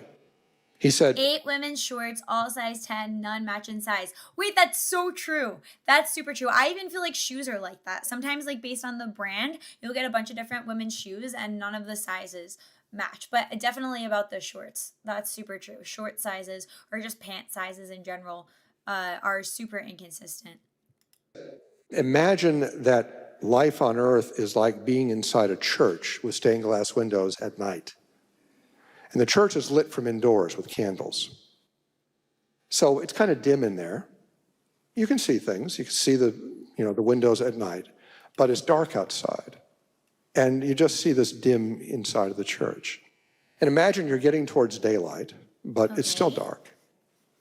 And then the candles go out. Okay. And that's when you die. But as the sun rises, suddenly you see incredibly beautiful things. You see by God's light from outside. That's an So the interesting light analogy. that people are seeing, I think, in near-death experiences is divine light. Oh, that's kind of poetic. And that's how we see. I like that. It's a different kind of light. Interesting. So thank you. And we discuss these issues in much more detail. And Okay, we'll stop there, but I'll put that link in the description if you guys want to check that out, or this guy's other stuff. This is literally the first video I saw of him, but I saw the title and I thought it looked interesting. Okay, I'm gonna wait on Mass Effect. We'll play that on Friday and just play Mass Effect and just have a fun hangout. And we're gonna do a palette cleanser, fun, silly, hopefully it's fun and silly, Midwest safety, 100 officers hunt down armed cop killer. I'm sure it'll be interesting, but you guys know I love my police videos, so I don't think we did one last week. Also, somebody said in the Discord, I actually meant to respond to this because I wasn't gonna do like a whole stream on it at this point, but I think it was virtual. I don't know. Somebody said like about what my opinions on pizza toppings were, because we were talking about candies, and I feel like I have a wide variety of likes of pizza toppings. Like, I'm not somebody that hates the pineapple and ham thing, but I feel like I like ground beef on pizza. Is that weird? Like, you get extra protein. And also olives are good on pizza. And also what else was I gonna say? Like chicken cutlet, like chicken parm is good on pizza. Yeah, I feel like I have lots of things that I'm cool with on pizza. Put those gummy bears on pizza. No. Pizza day today. I'm making pizza for dinner. Well, I love homemade pizza. Pineapple with jalapenos is great. Oh, that's a great idea. I've never had that before. Meat toppings. I feel like I like bacon and what's it called? Pepperoni, but they're too like salty sometimes, and I feel like it competes with the cheese, you know? Mushrooms are king on pizza. They're okay to me. Okay, let's listen to this one. Hopefully it's interesting. It should have been a routine stop. What's up, man? How you doing? Your tags for your car. They're probably at the house. Huh? They're probably at the house. Probably? Yeah. This your car? Yes, sir. Yeah. And you see your driver's license. Always the non-responsible adult with the not having their tags or license or anything that they're supposed to have. Put Starburst wrappings on pizza. Blech. And the registration. My license is in my. I'm sorry. My license is in my bag. This guy's looking majorly sketch. Can I grab it? Yeah. Majorly sketch.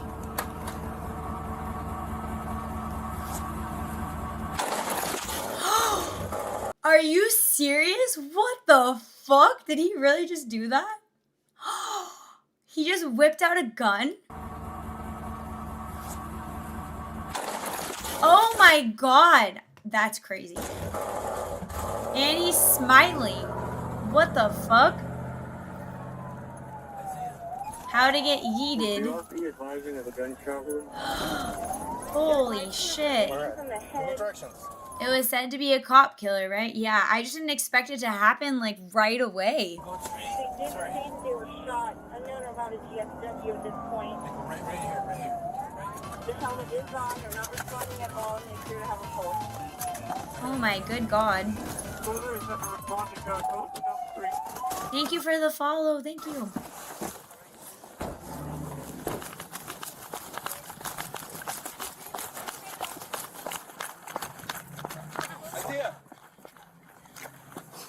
Yikes.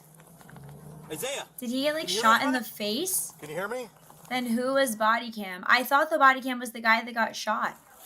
Isaiah, can you hear us? Hey, listen to me. Can you hear me? No. Oh, and I guess the neighbors ran out. It was the officer that got shot. He needs to go. That's crazy. Can we get this off? Maybe it was like a chest shot. I got nowhere. I don't have anything. No idea what happened. I don't know if I can't tell if he's breathing. The cop shot was the first cam, and then it was the next cop responding. Yeah, that's crazy. Holy heck.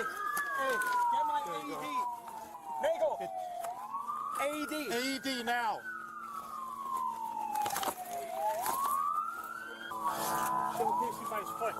Got it.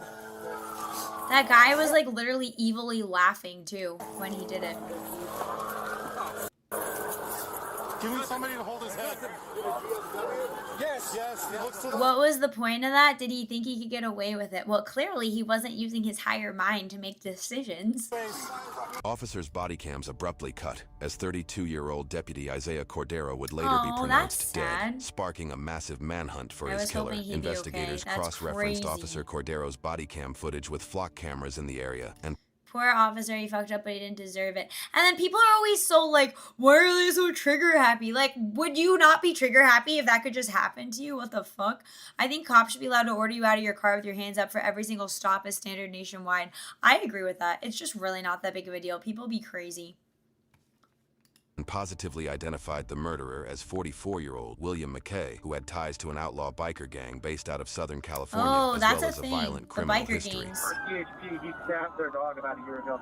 Officers circulated a He description of stabbed their McKay and dog? his vehicle, and less than 2 hours later, How did the camera stay stable? I don't know.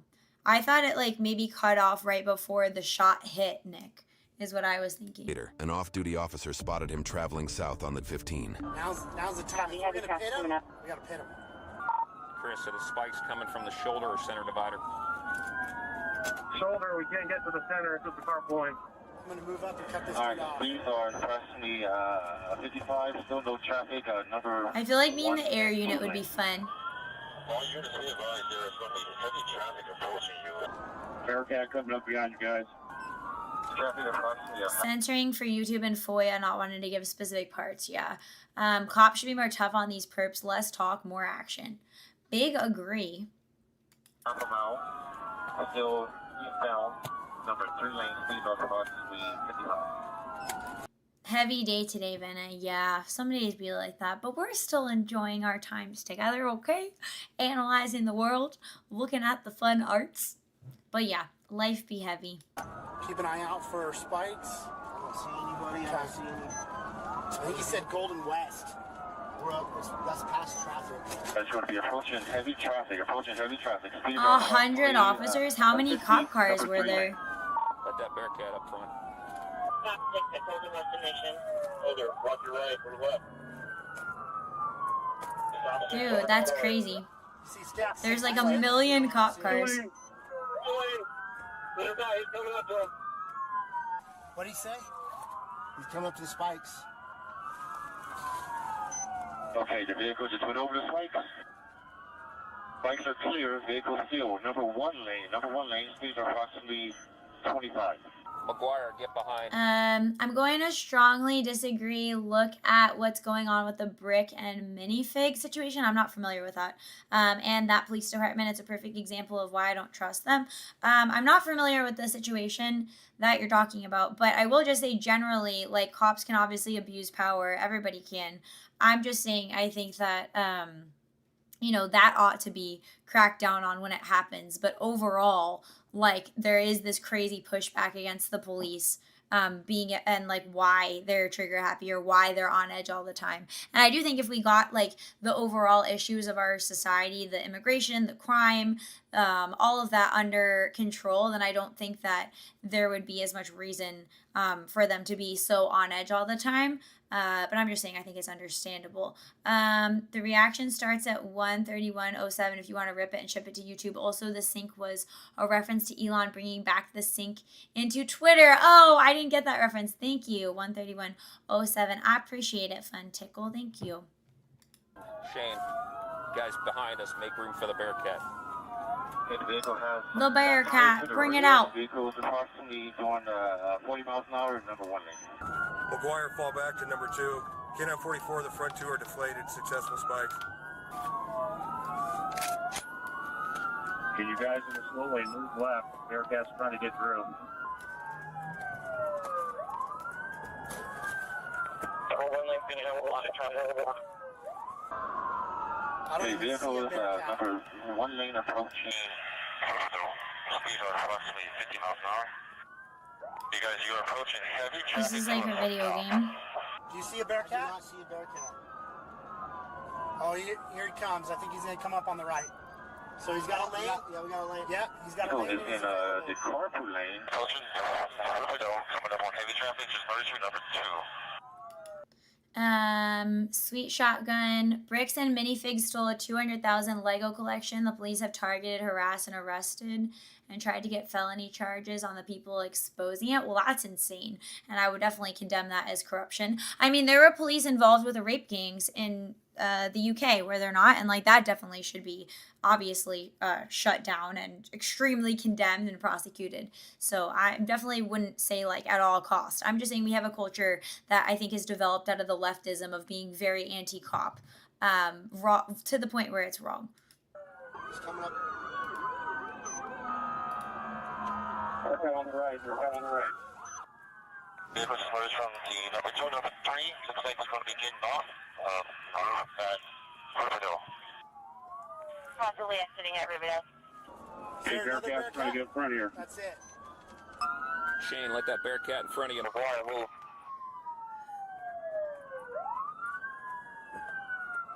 Are they gonna like ram him with the Bearcat? Got it. We're all stopped on the left-hand side. Got it. That's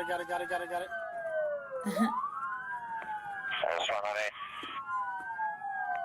Cred.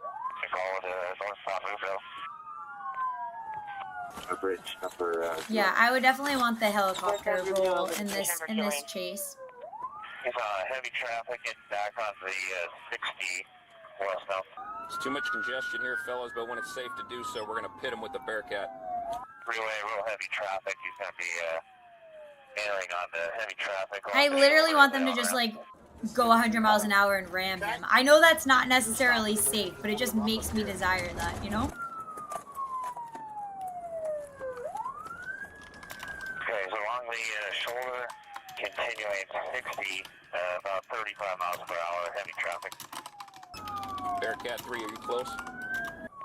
Just past Valley Way, heavy traffic over here. They should have just pit maneuvered him earlier without the Bearcat. I agree. I also think there's lots of like rules of what they're allowed to do with the pit maneuvers that kind of makes it like a bit hard for them to just make that decision, right?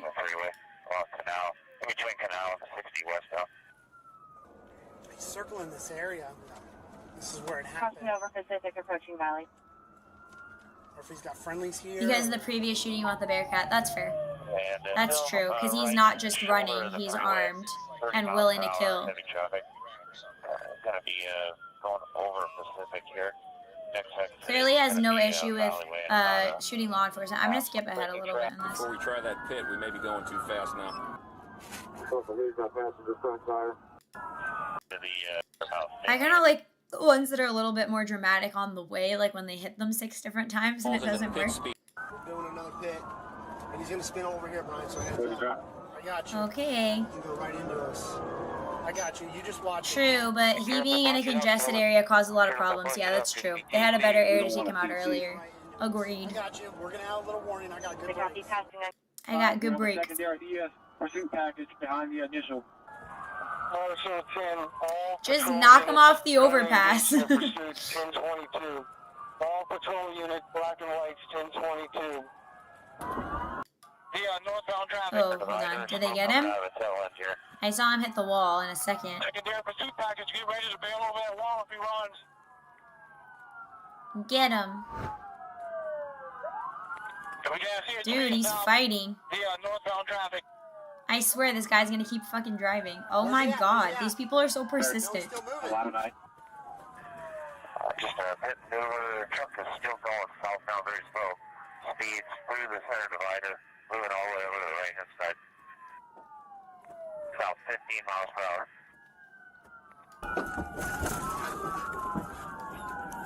Clear the air. He's brandishing a handgun. He's shooting. Of course he is. Oh, is it frozen? Sorry. Get ready, buddy. Get ready. Just TC right under the bridge. Here we go. Bye. You have 100 people shooting you now. Goodbye. Don't make dumb decisions.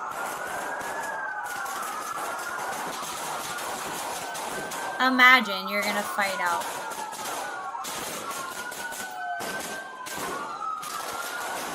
That's insane. Does he just have a handgun? That's fucking nuts.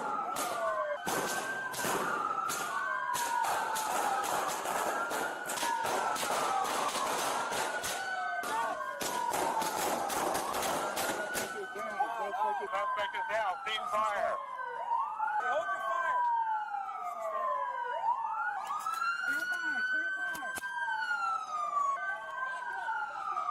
Dude trying to be a one-man army. Literally.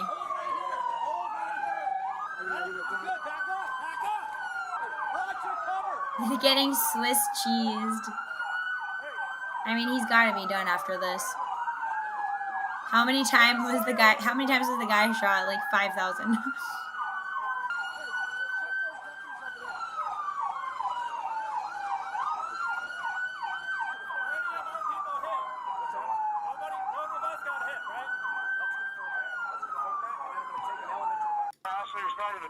Okay. I think they got him. Okay, I want to take a look from the Bearcat in there. So you get him out? He's got to be dead.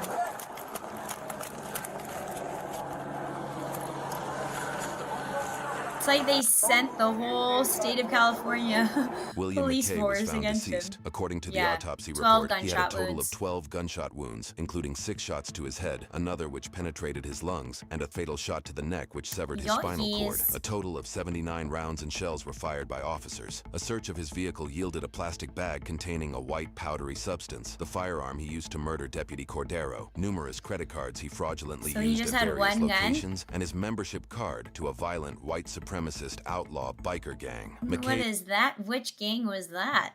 His lengthy criminal record began in 1999 when he pleaded guilty to assault with a firearm I'd and be spent curious. 3 There, years I think in there's a prison. bunch In of 2005, he was an motorcycle accomplice to a gangs that are burglary involved where he with, choked a man organized and crime. smothered a woman before stealing $3,700. Did they get He an SPLC check? That's a great question. pleaded guilty to first-degree robbery and 2 counts of assault and sentenced to 13 years in prison. In 2021, Bye-bye. McKay and an accomplice held a woman who had been house-sitting for McKay against her will. McKay alleged that she took part in burglarizing his home, but rather than alert police, he He assaulted her and bound her and her mother with duct tape and threatened Crazy. to This kill guy's them. nuts. The victim managed to escape and alert San Bernardino's sheriff's deputies, who pulled him over 2 days later in a stolen truck. He and his accomplice fled into the desert where they were surrounded, and his psycho. accomplice stabbed a police Holy canine. heck. McKay represented himself in court after his arrest and requested a bench trial where a trial judge heard evidence and found him guilty of false imprisonment, evading a peace officer, making criminal threats likely Don't to tell produce me he death, got and out receiving after this. stolen property. According to court transcripts, the judge found him not guilty of kidnapping because the victim was not forcibly moved from where she was Are you held. serious? McKay's bail was reduced from There's so many dumb technicalities with our fucking law. $950,000 Or at least the interpretation to of it. $500,000 to remain in compliance with San Bernardino's bail schedule for a 3 strikes case. Needing to only pay 10% of That's the bail fucking and allowed to insane. use property like a house or pickup What truck, the McKay hell? made bail by promising property valued at Oh $50,000. my god, He no, was we need to stop with the bail. This is fucking insane. arrested on a new drug charge prior to his sentencing, where he made bail again, this time for $50,000. That is when McKay absolutely failed retarded. to appear to his That should sentencing not be hearing, allowed. a warrant was issued and his bail was forfeited. His warrant was still I'm active tired of when these Deputy pussy Cordero judges. Me pulled him too. over for not That's having a fucking rear disgusting. license And plate. the blood is on their hands. Like, this is not like, oh, it's some separate system error. Like, they're making these fucking decisions in the first place that literally lead to people getting killed. Not only the officers, but also the victims. Investigators disgusting. interviewed an associate of McKay who told them that he did not want to go back to prison. 1 week after his murder, Deputy Cordero was laid to rest and a memorial service was conducted in his honor. Disgusting. Her son is gone. We hurt so much. My dearest Isaiah, you were taken too soon. And we do not know how we are This supposed deputy to carry died on because of a without retarded you. judge. True. Deputy Isaiah Disgusting. Cordero, ID number 5662, end of watch December 29, 2022. Motor 38, Deputy Isaiah Cordero. That's super sad. President Keith, we have it from here.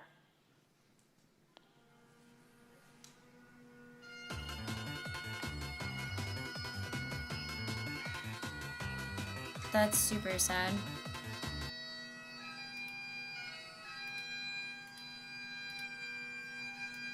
Well, sorry guys. I didn't know it was gonna be such a dark one. I thought we were gonna lighten up the drama mood. But it's real and it happened. And I mean, it is good to know about the depths of the corruption that we're living in. But yeah, I thought it was gonna be one of the funny car chases. So that is sad. I thought we were gonna leave on a happy note, Ben. Yeah, me too. I didn't pre-screen the video. I thought it was gonna be a silly one. Sorry.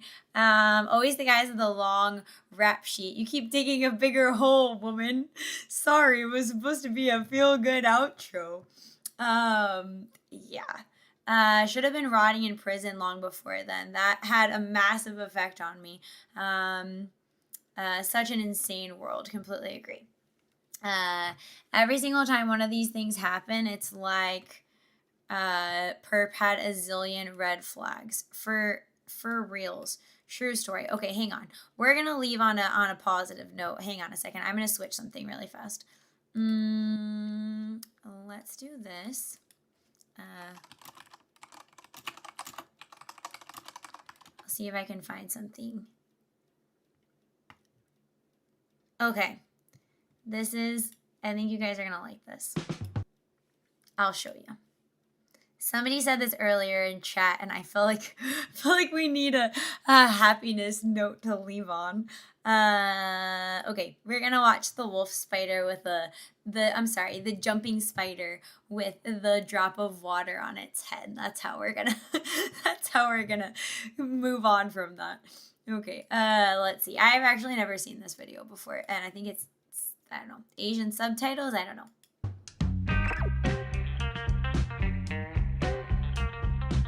They are cute. I can't deny it. They're cuties.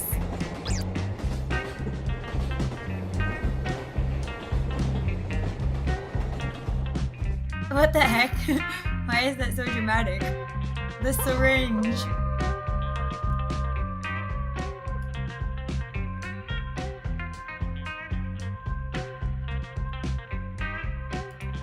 Thank you for the gifted sub. Thank you.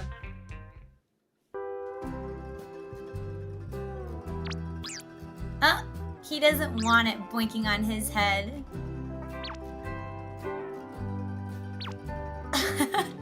Wait, that's fucking adorable.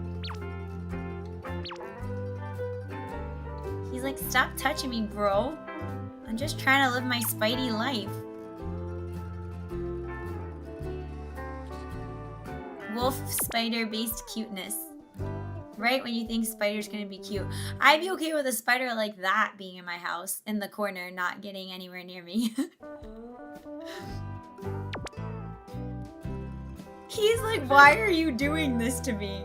This is like if I put like, sometimes I like trying to put a shirt on my dog. I feel like it's like that. They're like, why are you doing this to me, mother? The water drop hat. But they can jump on you at any moment, that's true. That's less desirable.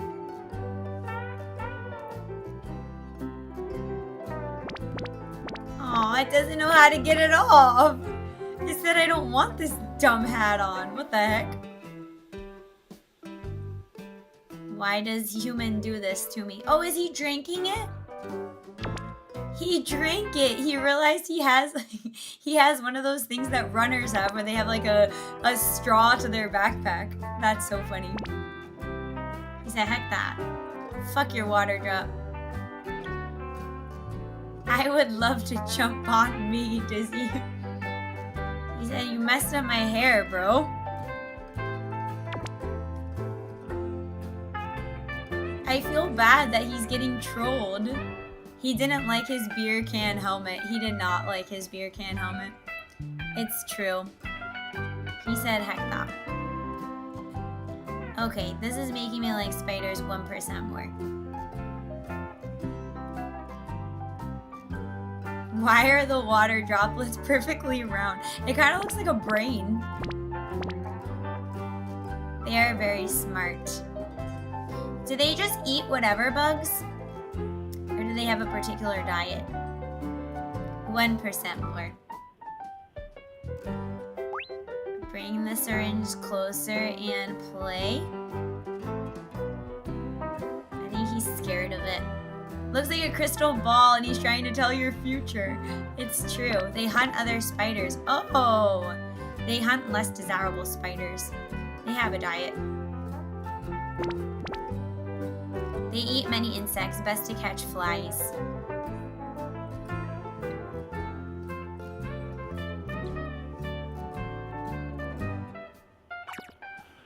Oh!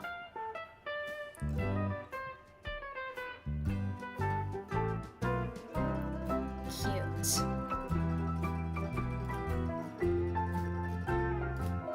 Jumping spiders, stay with me today. The subtitles of these videos are always so like funny.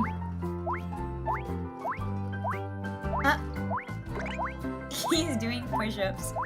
Okay, I'm less sad. Okay, that was the intended outcome. That's so funny. Oh, hello. Well, it's probably a little bit too large. I am going to end stream here, but I wanted to say thank you guys for sticking with me through it. I hope you found this stream maybe a little enlightening, interesting, made you think, thought-provoking, fun, except for all the sad parts, kind of deep. But I will be streaming just Mass Effect for a chill, relaxed, fun stream this Friday at 6. I will also post the links to all of the drama-related stuff in the description of this video on YouTube. Maybe on Rumble too, I think I can. But yeah, thank you for watching. Thank you for all the subs and the super chats and the tips. I appreciate you guys. And I'll see you next Friday. Have a great rest of your weekend. Bye, everyone. Bye-bye.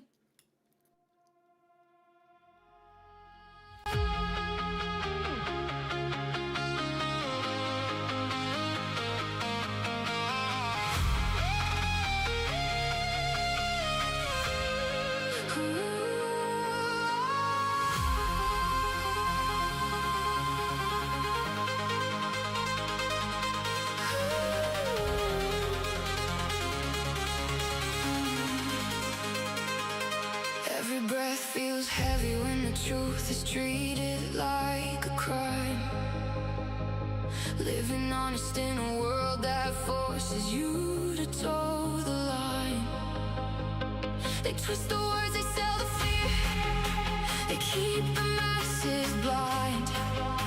But deep inside the fire's growing, and it's burning through my mind. Purple flame is rising up, no more bending to their game. Anger turns into rebellion, and the rebellion calls my name. Sick of the poison, sick of the chains they wrap around our souls. We carry this weight too long, now we're ready to let it go. We're coming to life, turning the tide in this crusade for truth. We're coming to life, Chuppies rise together, armed to the teeth with proof. They attack the pack, try to